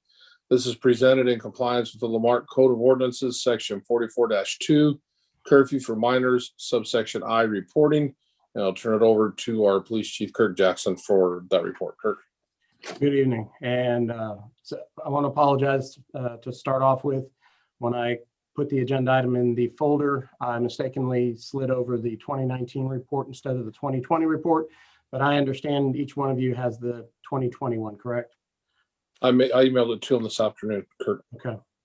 So I'm gonna go ahead and go over the components of the 2020 report for everybody and for the benefit of those listening online. So during calendar year 2020, and this is from January 1 to December 31st. I'm sorry, did I hear something? No. Okay. So interactions with minors or juveniles. The Lamarck Police Department utilizes our computer-aided dispatch system to record all calls for service, both self-initiated and citizen-generated calls for service. So each call is entered into the CAD system and has notes that can be used and accessed by the staff here.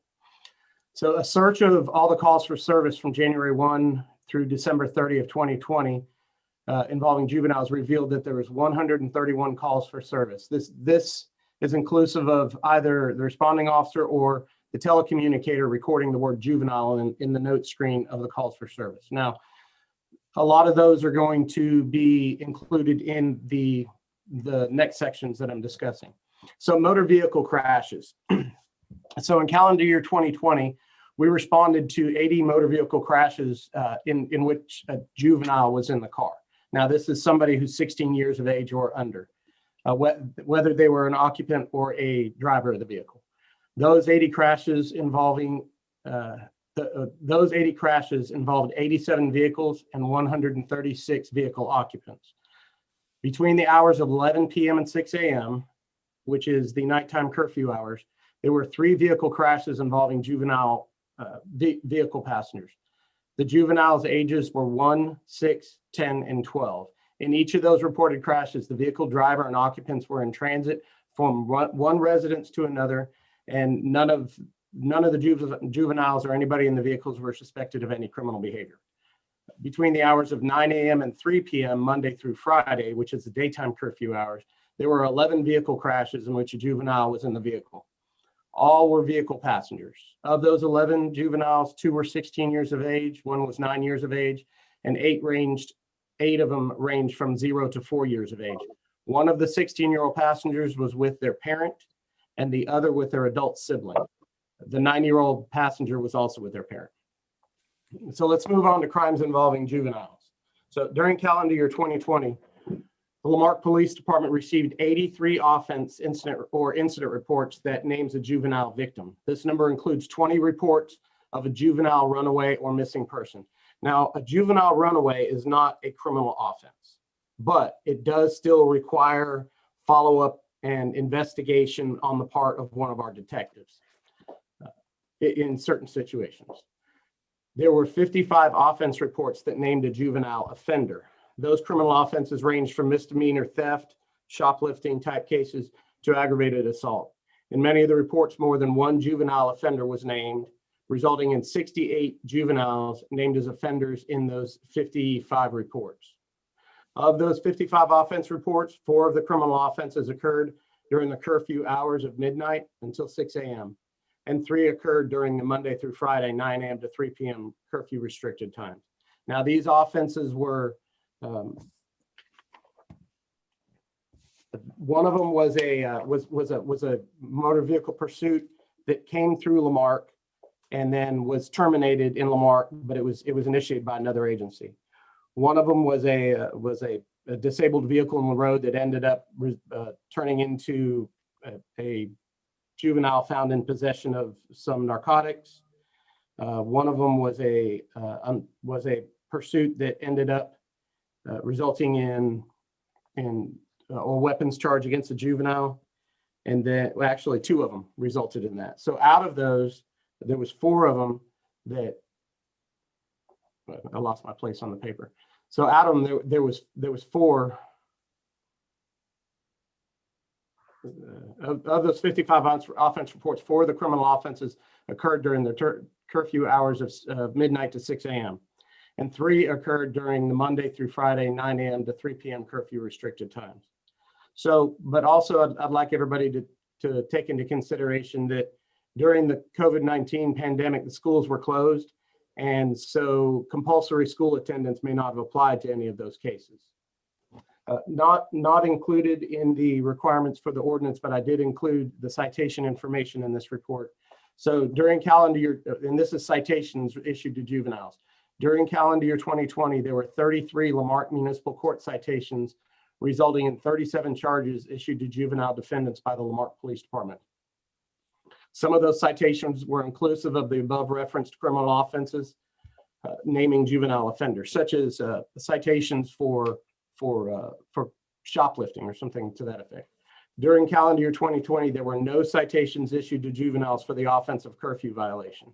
All juveniles detained for violations of criminal statute were either released to a parent or other adult family member, or were delivered to the Galveston County Juvenile Detention Center for processing. So as you see, the attachments that were on the agenda item are the correct ones: the 2020 juvenile crash involvements, 2020 juvenile victims, 2020 juvenile offenders, and 2020 juvenile citations. So that's the report for 2020. Are there any questions?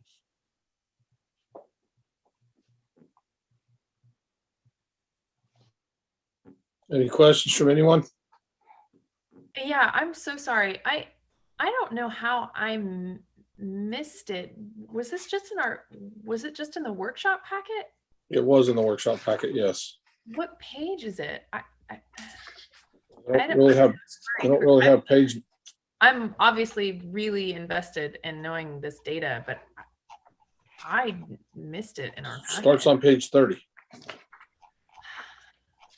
I must have pivoted to just the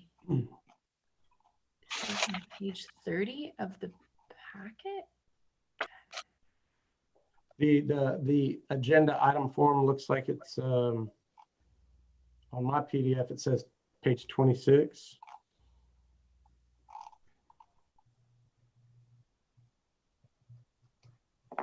I mean, am I just, do all the other council members, did they look over the, I mean, I know if I'm understanding correctly, the data, some of the data that you sent, Chief, was from 2019. Well, no, the actual report, the juvenile curfew report document itself was the 2019. The 2020 report is what I just read from. Okay, and did everybody else get that? All the other council people? You should have gotten, Councilwoman McAuliffe, you should have gotten the 2020 report in your email, according to Mr. Jackson. Right. The 2019 report, 2019 report was in the packet starting on page 27, I believe. You would replace page 27, 28, and 29 with the email that I sent you today. But the number started on page 30 and went through page 30 through page 40. But just in the workshop, not in the, wouldn't have been in the regular agenda, would have been in the workshop packet. Okay. I mean, I'm But if so sorry. I don't see it in either one of these. I've opened up both of them and it's not there, but I don't know how I could not have one if we all have the same links. So I don't mean to throw a wrench in this, but I haven't looked at all this data. I am so sorry, but I don't know why I can't find it now. Well, maybe we can bring it back next month. I mean, if you're not seeing it, like, man, scan it in and send it to you right after the meeting to make sure you see it. Mind if we move it to the next meeting, just because this is really important to me, and I would Absolutely. really want to make sure that I look through it and have my questions ready. Mr. Jackson, can you place this on the next meeting? I as can. well? I sure can. And sorry, Chief, I didn't say anything earlier before I let you read everything out loud. Just wanted to hear you go through those numbers, I guess. And I'm sorry, I've been combing through this. I can't figure out what I'm doing wrong or what's going on, but thank you, everybody. Yeah, we'll throw it up again next month. We'll move on to item 4F. Thank you. 4F is the discussion related to TERS 2, a status report that was requested at the last meeting. Susie, are you on? There you are. Yes, I'll turn sir, this I over to am. Susie to start this one. Go ahead, Susie. Yes, sir. The late last Thursday afternoon, I finally received the report from Galveston County Tax Office, Miss Cheryl Johnson. To tell the truth, I have not had a chance to have any conversation with her since then. These are numbers straight out from her, and I'd rather not speak for her. If council would like to wait and have me clarify with her, or we can have a Zoom meeting with her going through the report, I'm okay. I mean, it's just up to council, but these reports are just straight from her. I got it straight from her and put it on the agenda. Now, back in 2019, fiscal year 2019, with council's approval, we did reserve $15,000 for the Omega Bay TERS. And that was our fiscal year 2019. That was before the TERS was established. After the TERS was established, our base year, based on the ordinance, the base year would be the tax year 2019.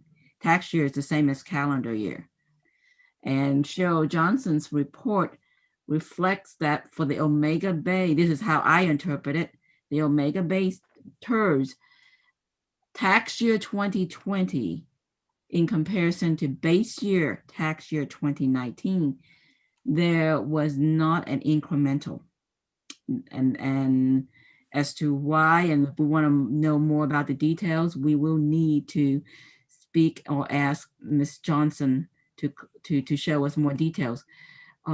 We do not have access to their database. We have the county to collect taxes for us, so they have the entire database.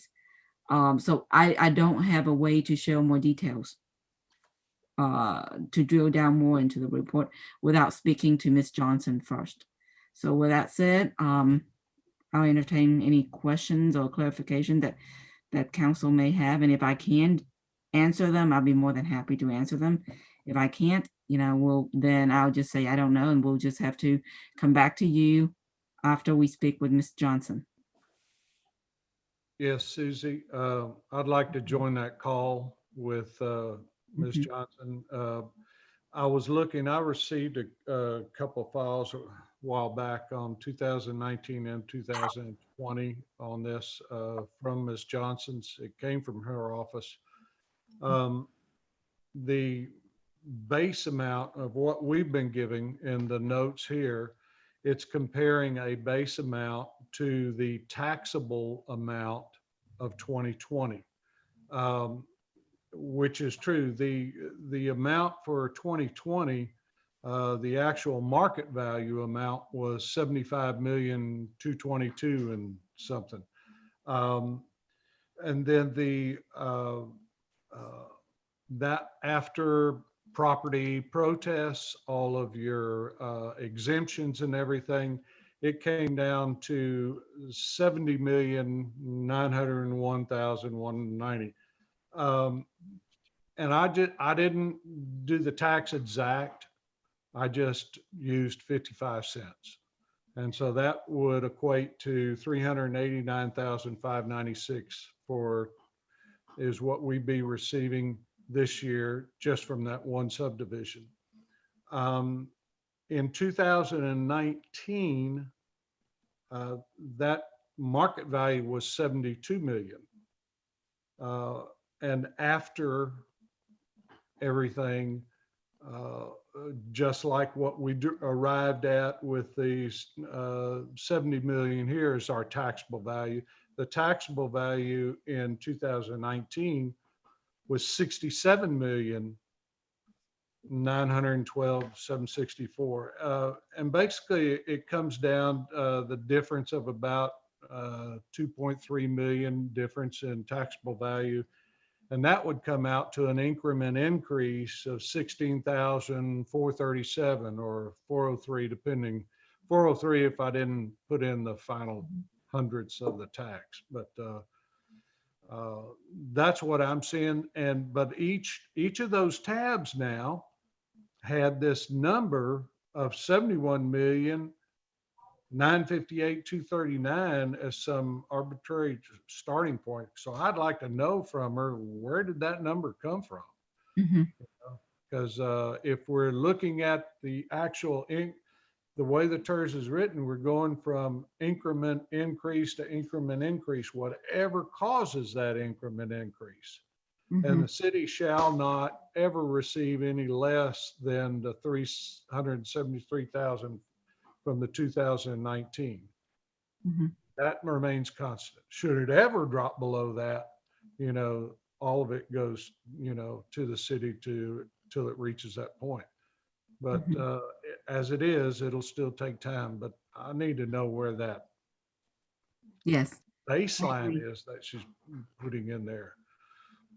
Yes, sir. I agree with you. I think that would be good information to clarify any question marks in our heads. And I believe Ms. Johnson can give us full details regarding that. And we'll just have to see if we can arrange a Zoom meeting with her or something.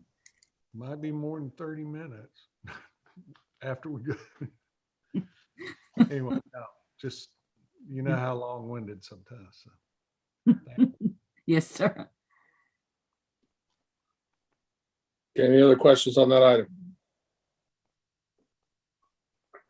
Moving on, item number 4G, discussion relating to emergency expenditures for costs involved in emergency sanitary sewer rehabilitation caused by Winter Storm Uri in the amount of $253,321.25 and report of in-process repairs on the wastewater treatment plant and various water lines. Mr. Carey, you want to start on this one?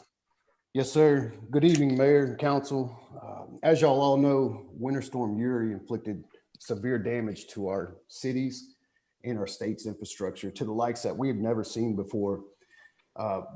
We experienced water main breaks, sewer main breaks, valve breaks, our pumps, generators failing, and we are still recovering to this day.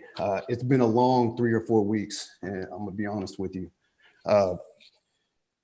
These sewer main breaks that the contractors repaired for us were completely beyond point repairs that city crews could take care of ourselves. And city crews, we replaced multiple sections of sewer main and water mains. So it was just to the extent of the damage that was caused by the freeze. We had to call in contractors for assistance, and many cities did throughout the entire state. To give you an update on Fairwood, that water main, that job was completed over the weekend. That was the last major water main break that we were dealing with. We still have many small meter and service line breaks that we are still working on. We still have our chlorine and our SO2 lines at the wastewater treatment plant. We still have a contractor that is in the process of repairing those lines. You know, my fear is that this storm, you know, weakened our already aged infrastructure, and we're not going to see the end of this storm's impact. You know, I think we're going to be dealing with this for the next couple months, if I'm being quite honest. But we ran the vac truck at multiple where these sewer main breaks were, keeping these citizens flowing. And we did our best, to be honest with you.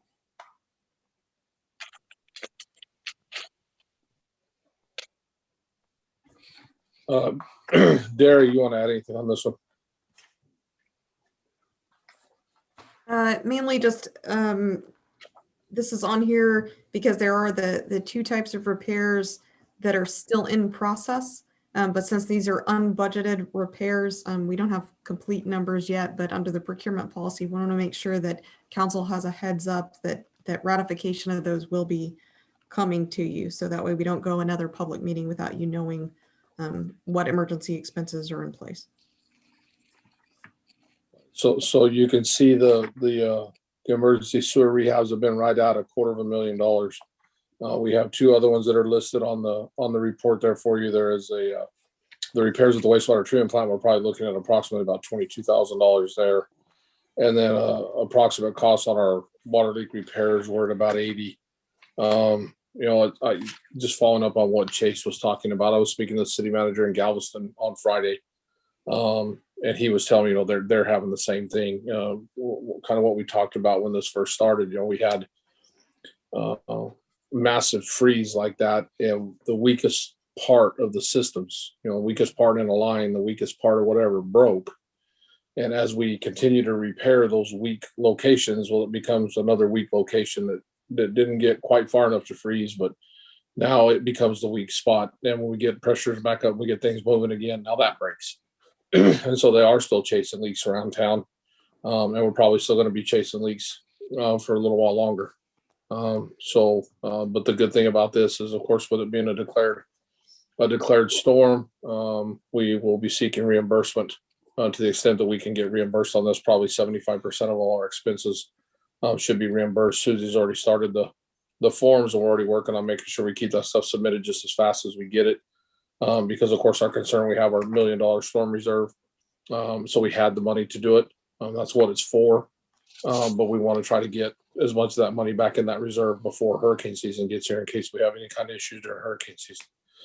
So as we get projects done, we're putting them straight in the system, and the cost for those projects straight in the system. So hopefully when they start moving forward on these, our stuff's already in and we're ready to go, so we can get that back as quickly as possible. I think interesting talking about this, you know, staff, and other people around. I haven't talked to anybody that believes that they've seen in their time here, whether they've been in a city for 5 years or 15 years. None of the other city managers or other people that I talk to around here think they've ever seen a hurricane do this much damage to their infrastructure and their cities.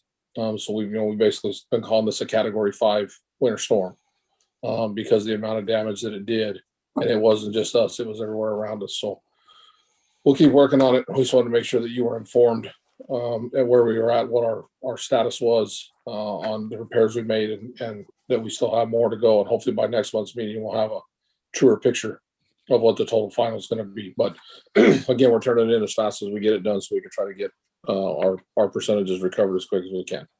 Any questions on the items?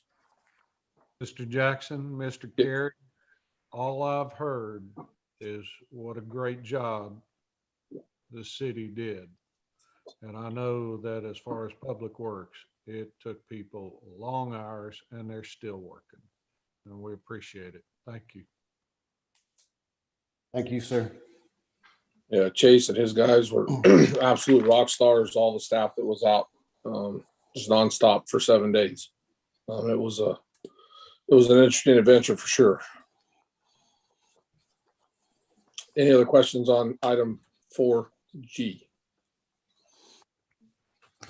Seeing none, Mayor, that's it. All right. It sounds good.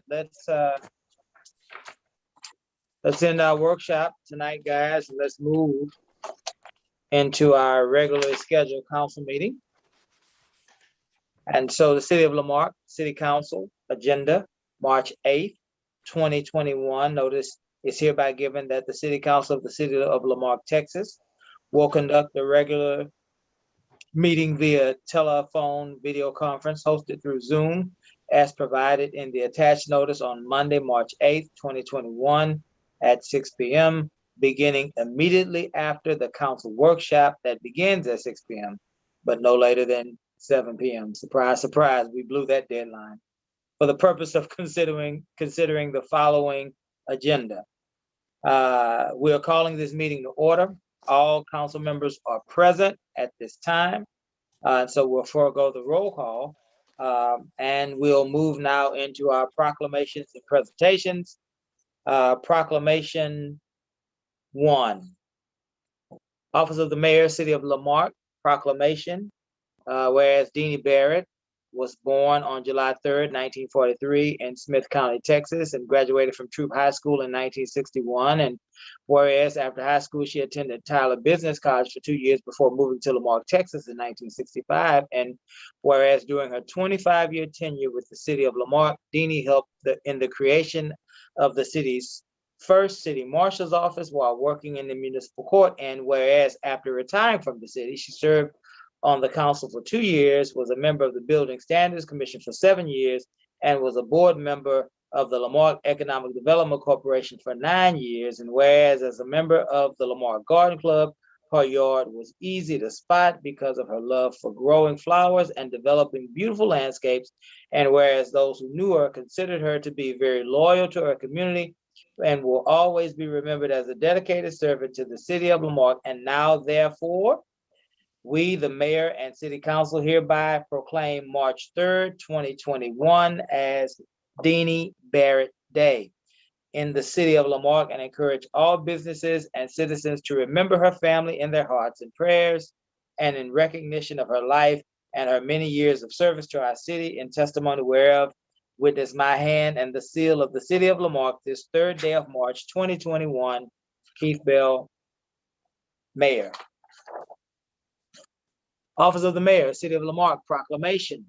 Whereas Richard Alexander Durow was born December 1st, 1926 in Lamarck, Texas, to Mitchell and Lillian Durow, and whereas he answered the call to military service by serving in the Army from 1945 during World War II until his honorable discharge in 1946, he spent the remainder of his early adulthood working in the Texas City refinery, renting properties and painting homes, eventually settling into a career with the Lamarck Police Department in 1959.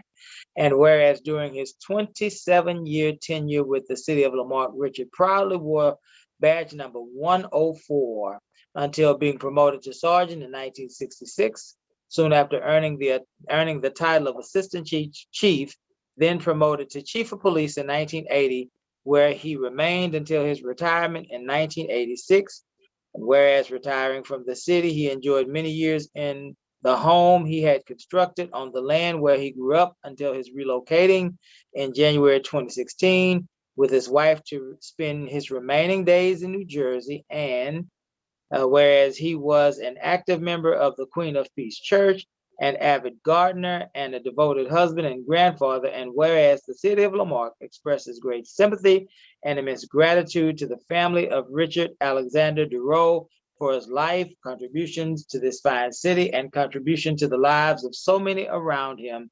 Now, therefore, we, the mayor and city council, hereby proclaim March 16th, 2021 as Richard Alexander Duro Day in the city of Lamar, and encourage all businesses and citizens to remember his family in their hearts and prayers in recognition of his life and his many years of service to our city, in testimony whereof witness my hand and the seal of the city of Lamar, this 16th day of March, 2021, Keith Bell, Mayor. Those two were very important proclamations to read in our councils and our citizens' hearing, because those two proclamations were for two previous city employees who have served our city for decades with distinction. And now the third and final proclamation, Office of the Mayor, City of Lamarck, proclamation, whereas in February of 2021, Lamarck, Texas, along with the state of Texas, were devastated by an Arctic freeze that led to the failure of the state power grid, causing the vast majority of residents to lose electricity and water. And whereas the city of Lamarck city officials, including but certainly not limited to first responders, leaders, and employees, work relentlessly around the clock to inform and aid citizens, as well as prepare and protect infrastructure. And whereas amid this natural disaster, the Lamarck residents saw their neighbors struggling and decided to reach out a helping hand to each other. And whereas Joseph Lowry, Sarah Doherty, family and friends, and all of the volunteers who help offer free food to not just the city residents, but anyone in need. And whereas DNR Industrial Engines, Max Plumbing, and all of the local utility contractors who also work tirelessly helping residents restore power, fix busted plumbing, and repair damage to homes and businesses. And whereas Church's Chicken, Leo's, and all of the local restaurants went above and beyond working to keep residents fed. And whereas all of the many, many residents who offer their home, time, and money to provide shelter, water, electricity, and other necessities to neighbors. And whereas moving forward, the community has grown stronger and closer, setting the example for other cities of what truly being a neighbor and community means. And now, therefore, I, Keith Bell, Mayor of the City of Lamar, Texas, do hereby proclaim the week of February 15th through February 21st as Neighbors Helping Neighbors Week in Lamar, and urge all citizens to observe the same. Keith Bell, Mayor.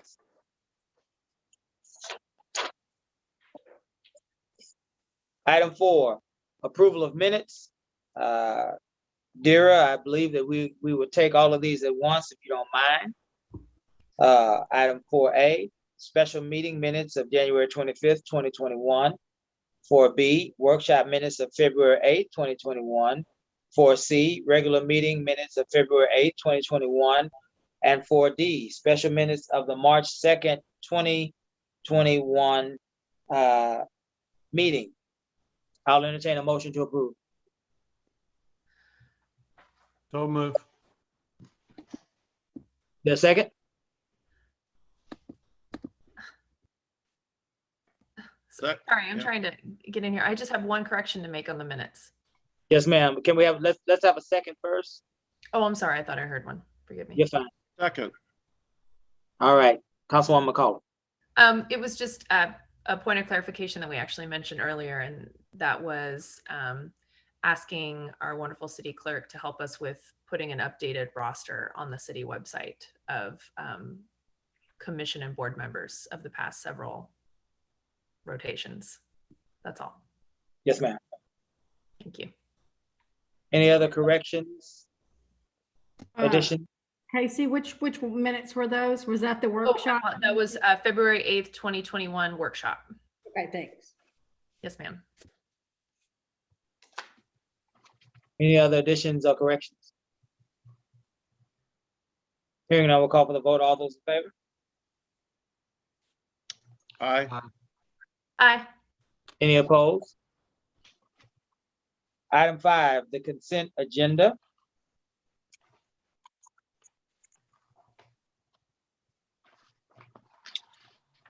Does anybody wish to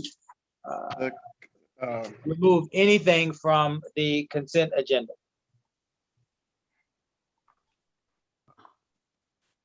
we're gonna, if we need to table an item, we need to remove it to discuss, correct? Yes, But you only have two items on the consent agenda, just 5A and 5B.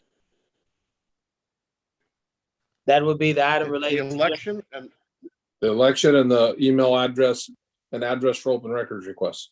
Okay, okay. oh, never for mind. open records, I see. Oh. Okay, Is anybody wishing to remove? If not, we'll entertain a motion to approve the consent agenda as it is. So move. Is that second? I second. second, All those in favor? Aye.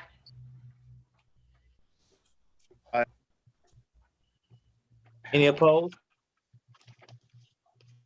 Item 6A. Item 6, public hearing. 6A, conduct a public hearing to hear public input regarding adopting ordinance number 0-2021-0002, amending the Delaney Cove Plan Development District established by ordinance number 0-2019-0026 by adding section 14 and making other provisions related to the subject. Robin, what's the time? It is 8:18. The public hearing will now begin at 8:18. Is there anyone wishing to speak on item 6A? Is there anyone wishing to speak on item 6A? Hearing none, Robin, you have the time? It's still 8:18. 6:18, let's move to item 6B. Item 6B, conduct public hearing to hear public input regarding adopting ordinance number 0-2021-0003, amending the fiscal year 2020-2021 budget for 1764 water plant pumps project by increasing various accounts, expenditures, and revenues as set forth in Exhibit A. Robin, the time. 8:19. We'll open our public hearing for item 6B at 8:19. Is there anyone wishing to comment on item 6B? Is there anyone wishing to comment on item 6B? Robin, Still 8:19. we will close the public hearing at 8:19 and reopen our regular meeting at 8:19. And we are now at item 7, old business. Item 7A, discuss possible action regarding adopting ordinance number 0-2021-0002, amending the Delaney Cove Plan Development District, establishing by ordinance number 0-2019-0026 by adding section 14 and making other provisions related to the subject. I'll entertain a motion. So moved. Is there a second? Second. Is there any discussion? Mr. Mayor, I would just point out that Mr. Santini is here. If anybody had any questions for him, he's on the line. Welcome, Mr. Santini. How are you? I'm good. Thank you for having me on, and really appreciate the partnership that we've had with Lamarck, and look forward to adding another section to our community at Delaney Cove. Yes, sir. We look forward to working with you as well. Does anybody have any questions for Mr. Santini or any general discussion on item 7A? Hearing none, we'll call for the vote. All those in favor? Aye. Aye. Any opposed? Aye. Item 7B, discussion possible action regarding adopting ordinance number 0-2021-0003, amending the fiscal year 2020-2021 budget for 1764 water plant pumps project by increasing various accounts, expenditures, and revenues as set forth in Exhibit A. I'll entertain a motion. So move. I'll second. There's a motion and a second. Is there any discussion? Hearing none, we'll call for the vote. All those in favor? Aye. Any opposed? Item Aye. 8. Item 8. Point of clarification. Mayor Pro Tem, are you saying aye in the affirmative? Mr. Compion? For 7B? Yes, sir. For 7B? Yes, sir. Yeah, yes, aye, yeah. Okay, Correct. thank you. Item 8A, new business. Discussion possible action regarding adopting ordinance number 0-2021-0004, amending City Code Section 2.9, establishing a policy for appointments to boards, commissions, and committees, and assigning the mayor to the Lamarque Economic Development Corporation Board as an ex officio non-voting member. I'll entertain a motion. So move. I'd like to move to table this. Very good, very good. Would you, Mr. Mischich, would you rescind your motion for approval? Remove my motion. Thank you. Mr. Compion? I'd like to move that we table this. Is there a second? Second. There's no discussion on the table, so we'll call for the question. All those in favor? Aye. Aye. Any opposed? Item 8B, discussion possible action regarding adopting ordinance number 0-2021-0005, prescribing the type of notice to be given for public hearings on a large-scale update and corrections to the city's zoning map. I will entertain a motion. So moved. Is there a second? Second. Any discussion? Hearing none, we'll call for the vote. All those in favor? Aye. Any opposed? Aye. Item 8C, discussion possible action regarding ratifying the city manager's approval of expenditures to Texas Pride Utilities for costs involved in emergency sanitary sewer rehabilitation caused by Winter Storm Uri in the amount of $253,321.25. I'll entertain a motion. So move. Is there a second? Any discussion? Hearing none, we'll call for the vote. All those in favor? Aye. Aye. Any opposed? I think Mr. Compion's signal's running about 3 seconds behind the rest of us. No, I'm sorry.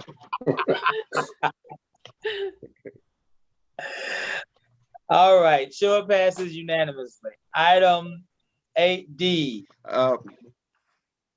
discussion possible action regarding appointments and or reappointments to fill various positions on boards and commissions. Council, do we have any appointments that we would wish to make tonight?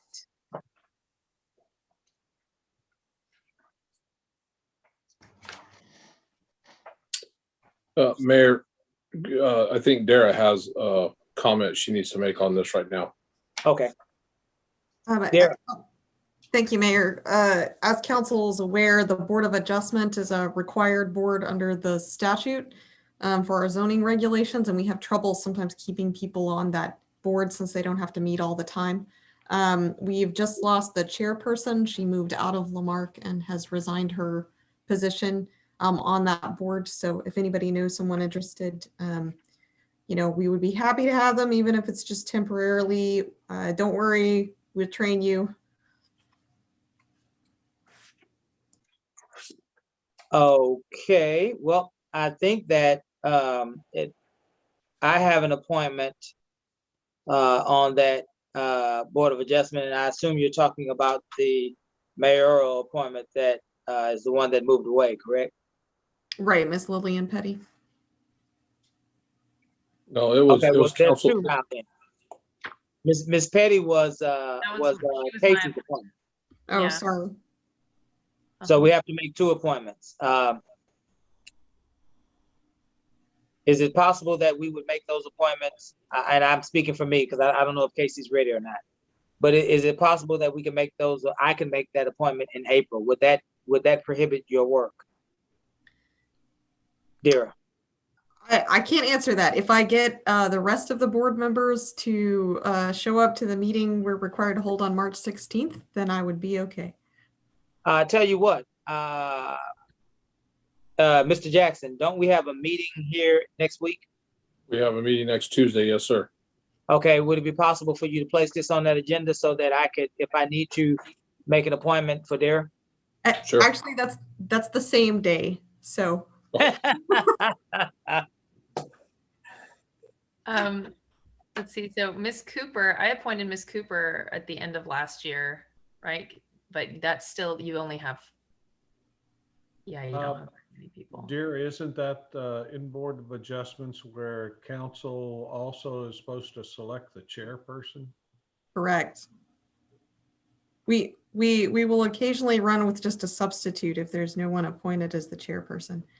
I didn't know Lillian moved away. It's not in here. Okay. So you need 3 to have a quorum? I really need 4 for some of the decisions that are on the list. Okay, so you would have, if you were able to get Mr. Pennington, Mr. Harper, Ms. Jones, and Ms. Cooper, you would be okay. Correct. It's just cutting it a little close. So I'm doing my traditional call to council. Okay. We'll do some sniffing and asking. I appreciate it. All right. Dang it. Let's hopefully we can get through the next week. And Mr. Jackson, if you put that appointment on that meeting next week, I'll do my best to identify an appointment, and perhaps Casey would do her best to identify an appointment, and we can bolster the ranks. How about that? I'll put it on there. There's also just for purposes of information, Mr. Mishtich, there is also a vacant alternate per position for District C. Yes, sir. If Sir. the last time, if we don't have to fill it, I just soon defer to whichever. Gotcha. Yeah, gotcha. Position. Gotcha. Okay. I have one request around the board, around the appointments.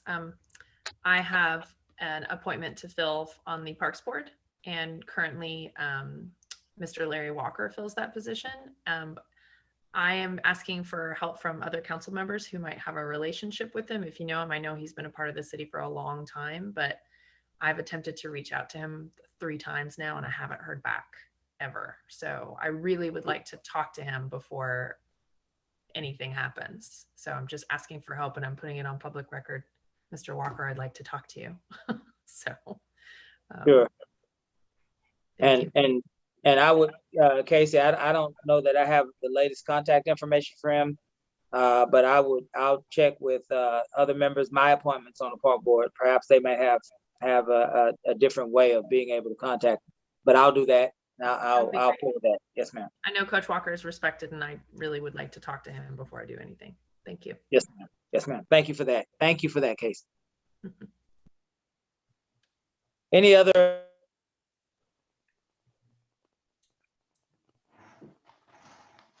Any other appointments to be considered tonight? If there aren't any, then we don't have the executive session. So we'll move to requests and announcements from council. Council, do we have any requests or any announcements at this time? I have one. The State of the City's address by the chamber. Mayor, I want to congratulate you on your speech.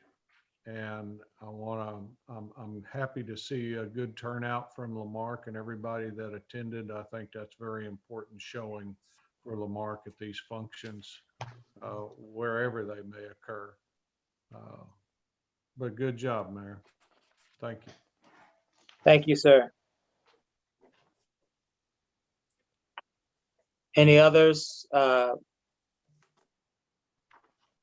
If there aren't any, I'd like to I like to say that certainly this has been a rough year for us as a city, for us as a council. Most certainly it's been a rough month. We endured Winter Storm Uri. It did tremendous amounts of damage to our city's infrastructure.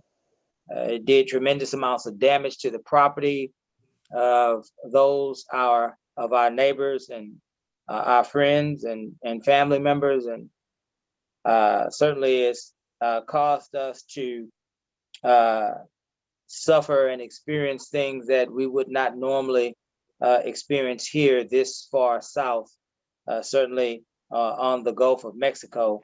But we did survive. We have made it through. We have not made it through unscathed, but we've made it through.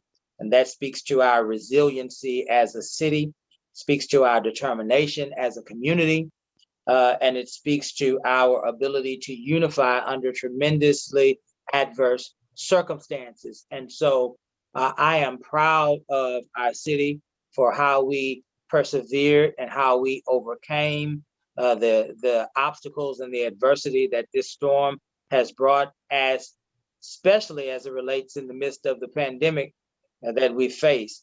I want to say that I'm grateful for the city administration, for Mr. Jackson, Mr. Jordan, for Ms. Warren, and for the rest of the city manager's leadership team.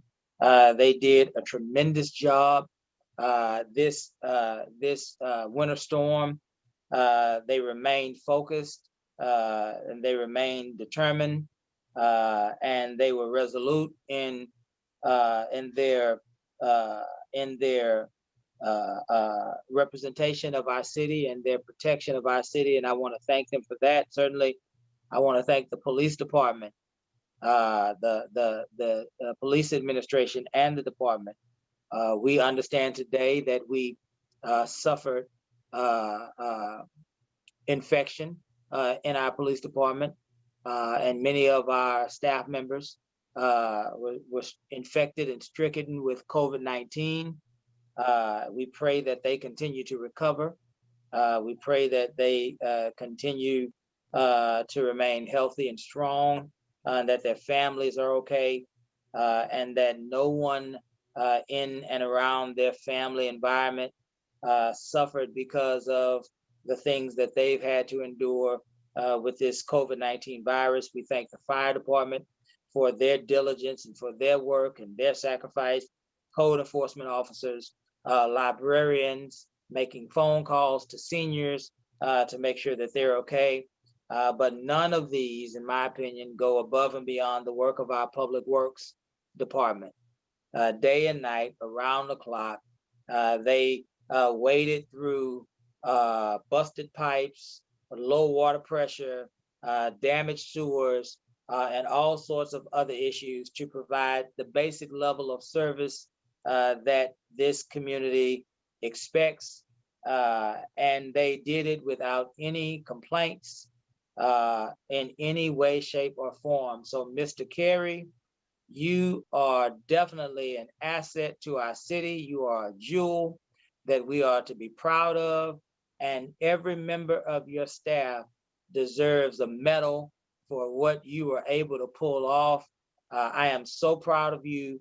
I'm so proud of our public works department. I'm so proud of the unity that our city staff displayed and the determination that they displayed in the face of this unusual circumstance and this unusual weather event. Again, kudos. I'm so proud of you guys. Lastly, I wanted to say that our city is in mourning for the loss of a young Mr. Rojas. Many of you received the news just like I did about the young man who died from an auto pedestrian accident the other day. Certainly, this young man will be missed. His life is and was precious. We mourn with the family. We pray together for the family to be able to get through this. I don't know how I would be able to get through the idea that one of my children died, certainly died in this way. It's my understanding that Mr. Rojas, one of his last acts was to save his friends. That the story goes that he pushed his friends out of the way to safety. And if that's true, which I believe it is, Mr. Rojas is a hero, in fact, an American hero.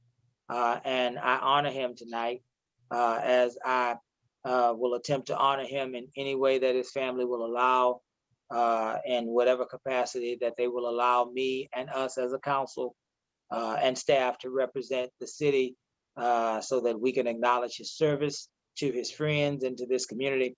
We'll definitely do everything in our power to accomplish that. Those are the remarks that I have tonight.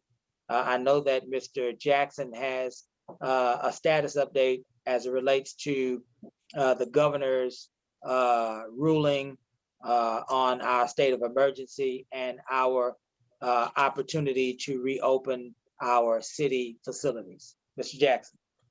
Mayor, Council, right before the meeting started tonight, I completed the memo as you guys requested. I'll send it out to you right after this. Had something pop up the last minute right before the meeting. I didn't get it to you right before. I'm just gonna go through it real quick. It says, in response to the City Council's request, upon approval of the recommended COVID-19 citywide operations plan, the following weekly positivity rates for COVID-19 were recorded for the month of February. For the week ending February 13th, 2021, 12.6%. Week ending February 20th, 2021, 10.85%. Week ending February 27th, 2021, 14.98%. And week ending March 6th, 2020, 12.2%. So in accordance with the approved policy, with the council approved policy, we will continue the approved COVID-19 operations through the month of March. Further, after reviewing GA 34, which is the governor's order with our city attorney, just a few notes to mention on the impact of city operations.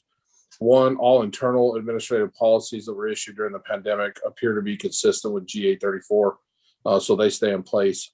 The only change for us as a city will be that the mayor no longer has any regulatory authority over outdoor events. More than 10 people when those events do not occur on city property.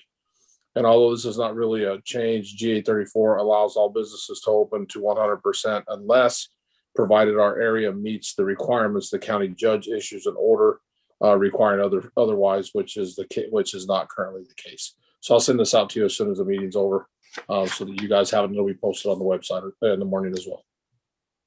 That's all I have there. Thank you, Mr. Jackson.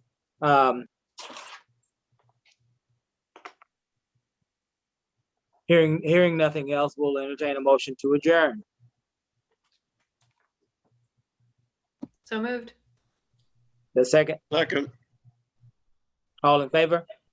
Aye. Aye. Any opposed? Good night, everybody. We will see you next Tuesday at 6 o'clock. Thanks, everyone. Thank you.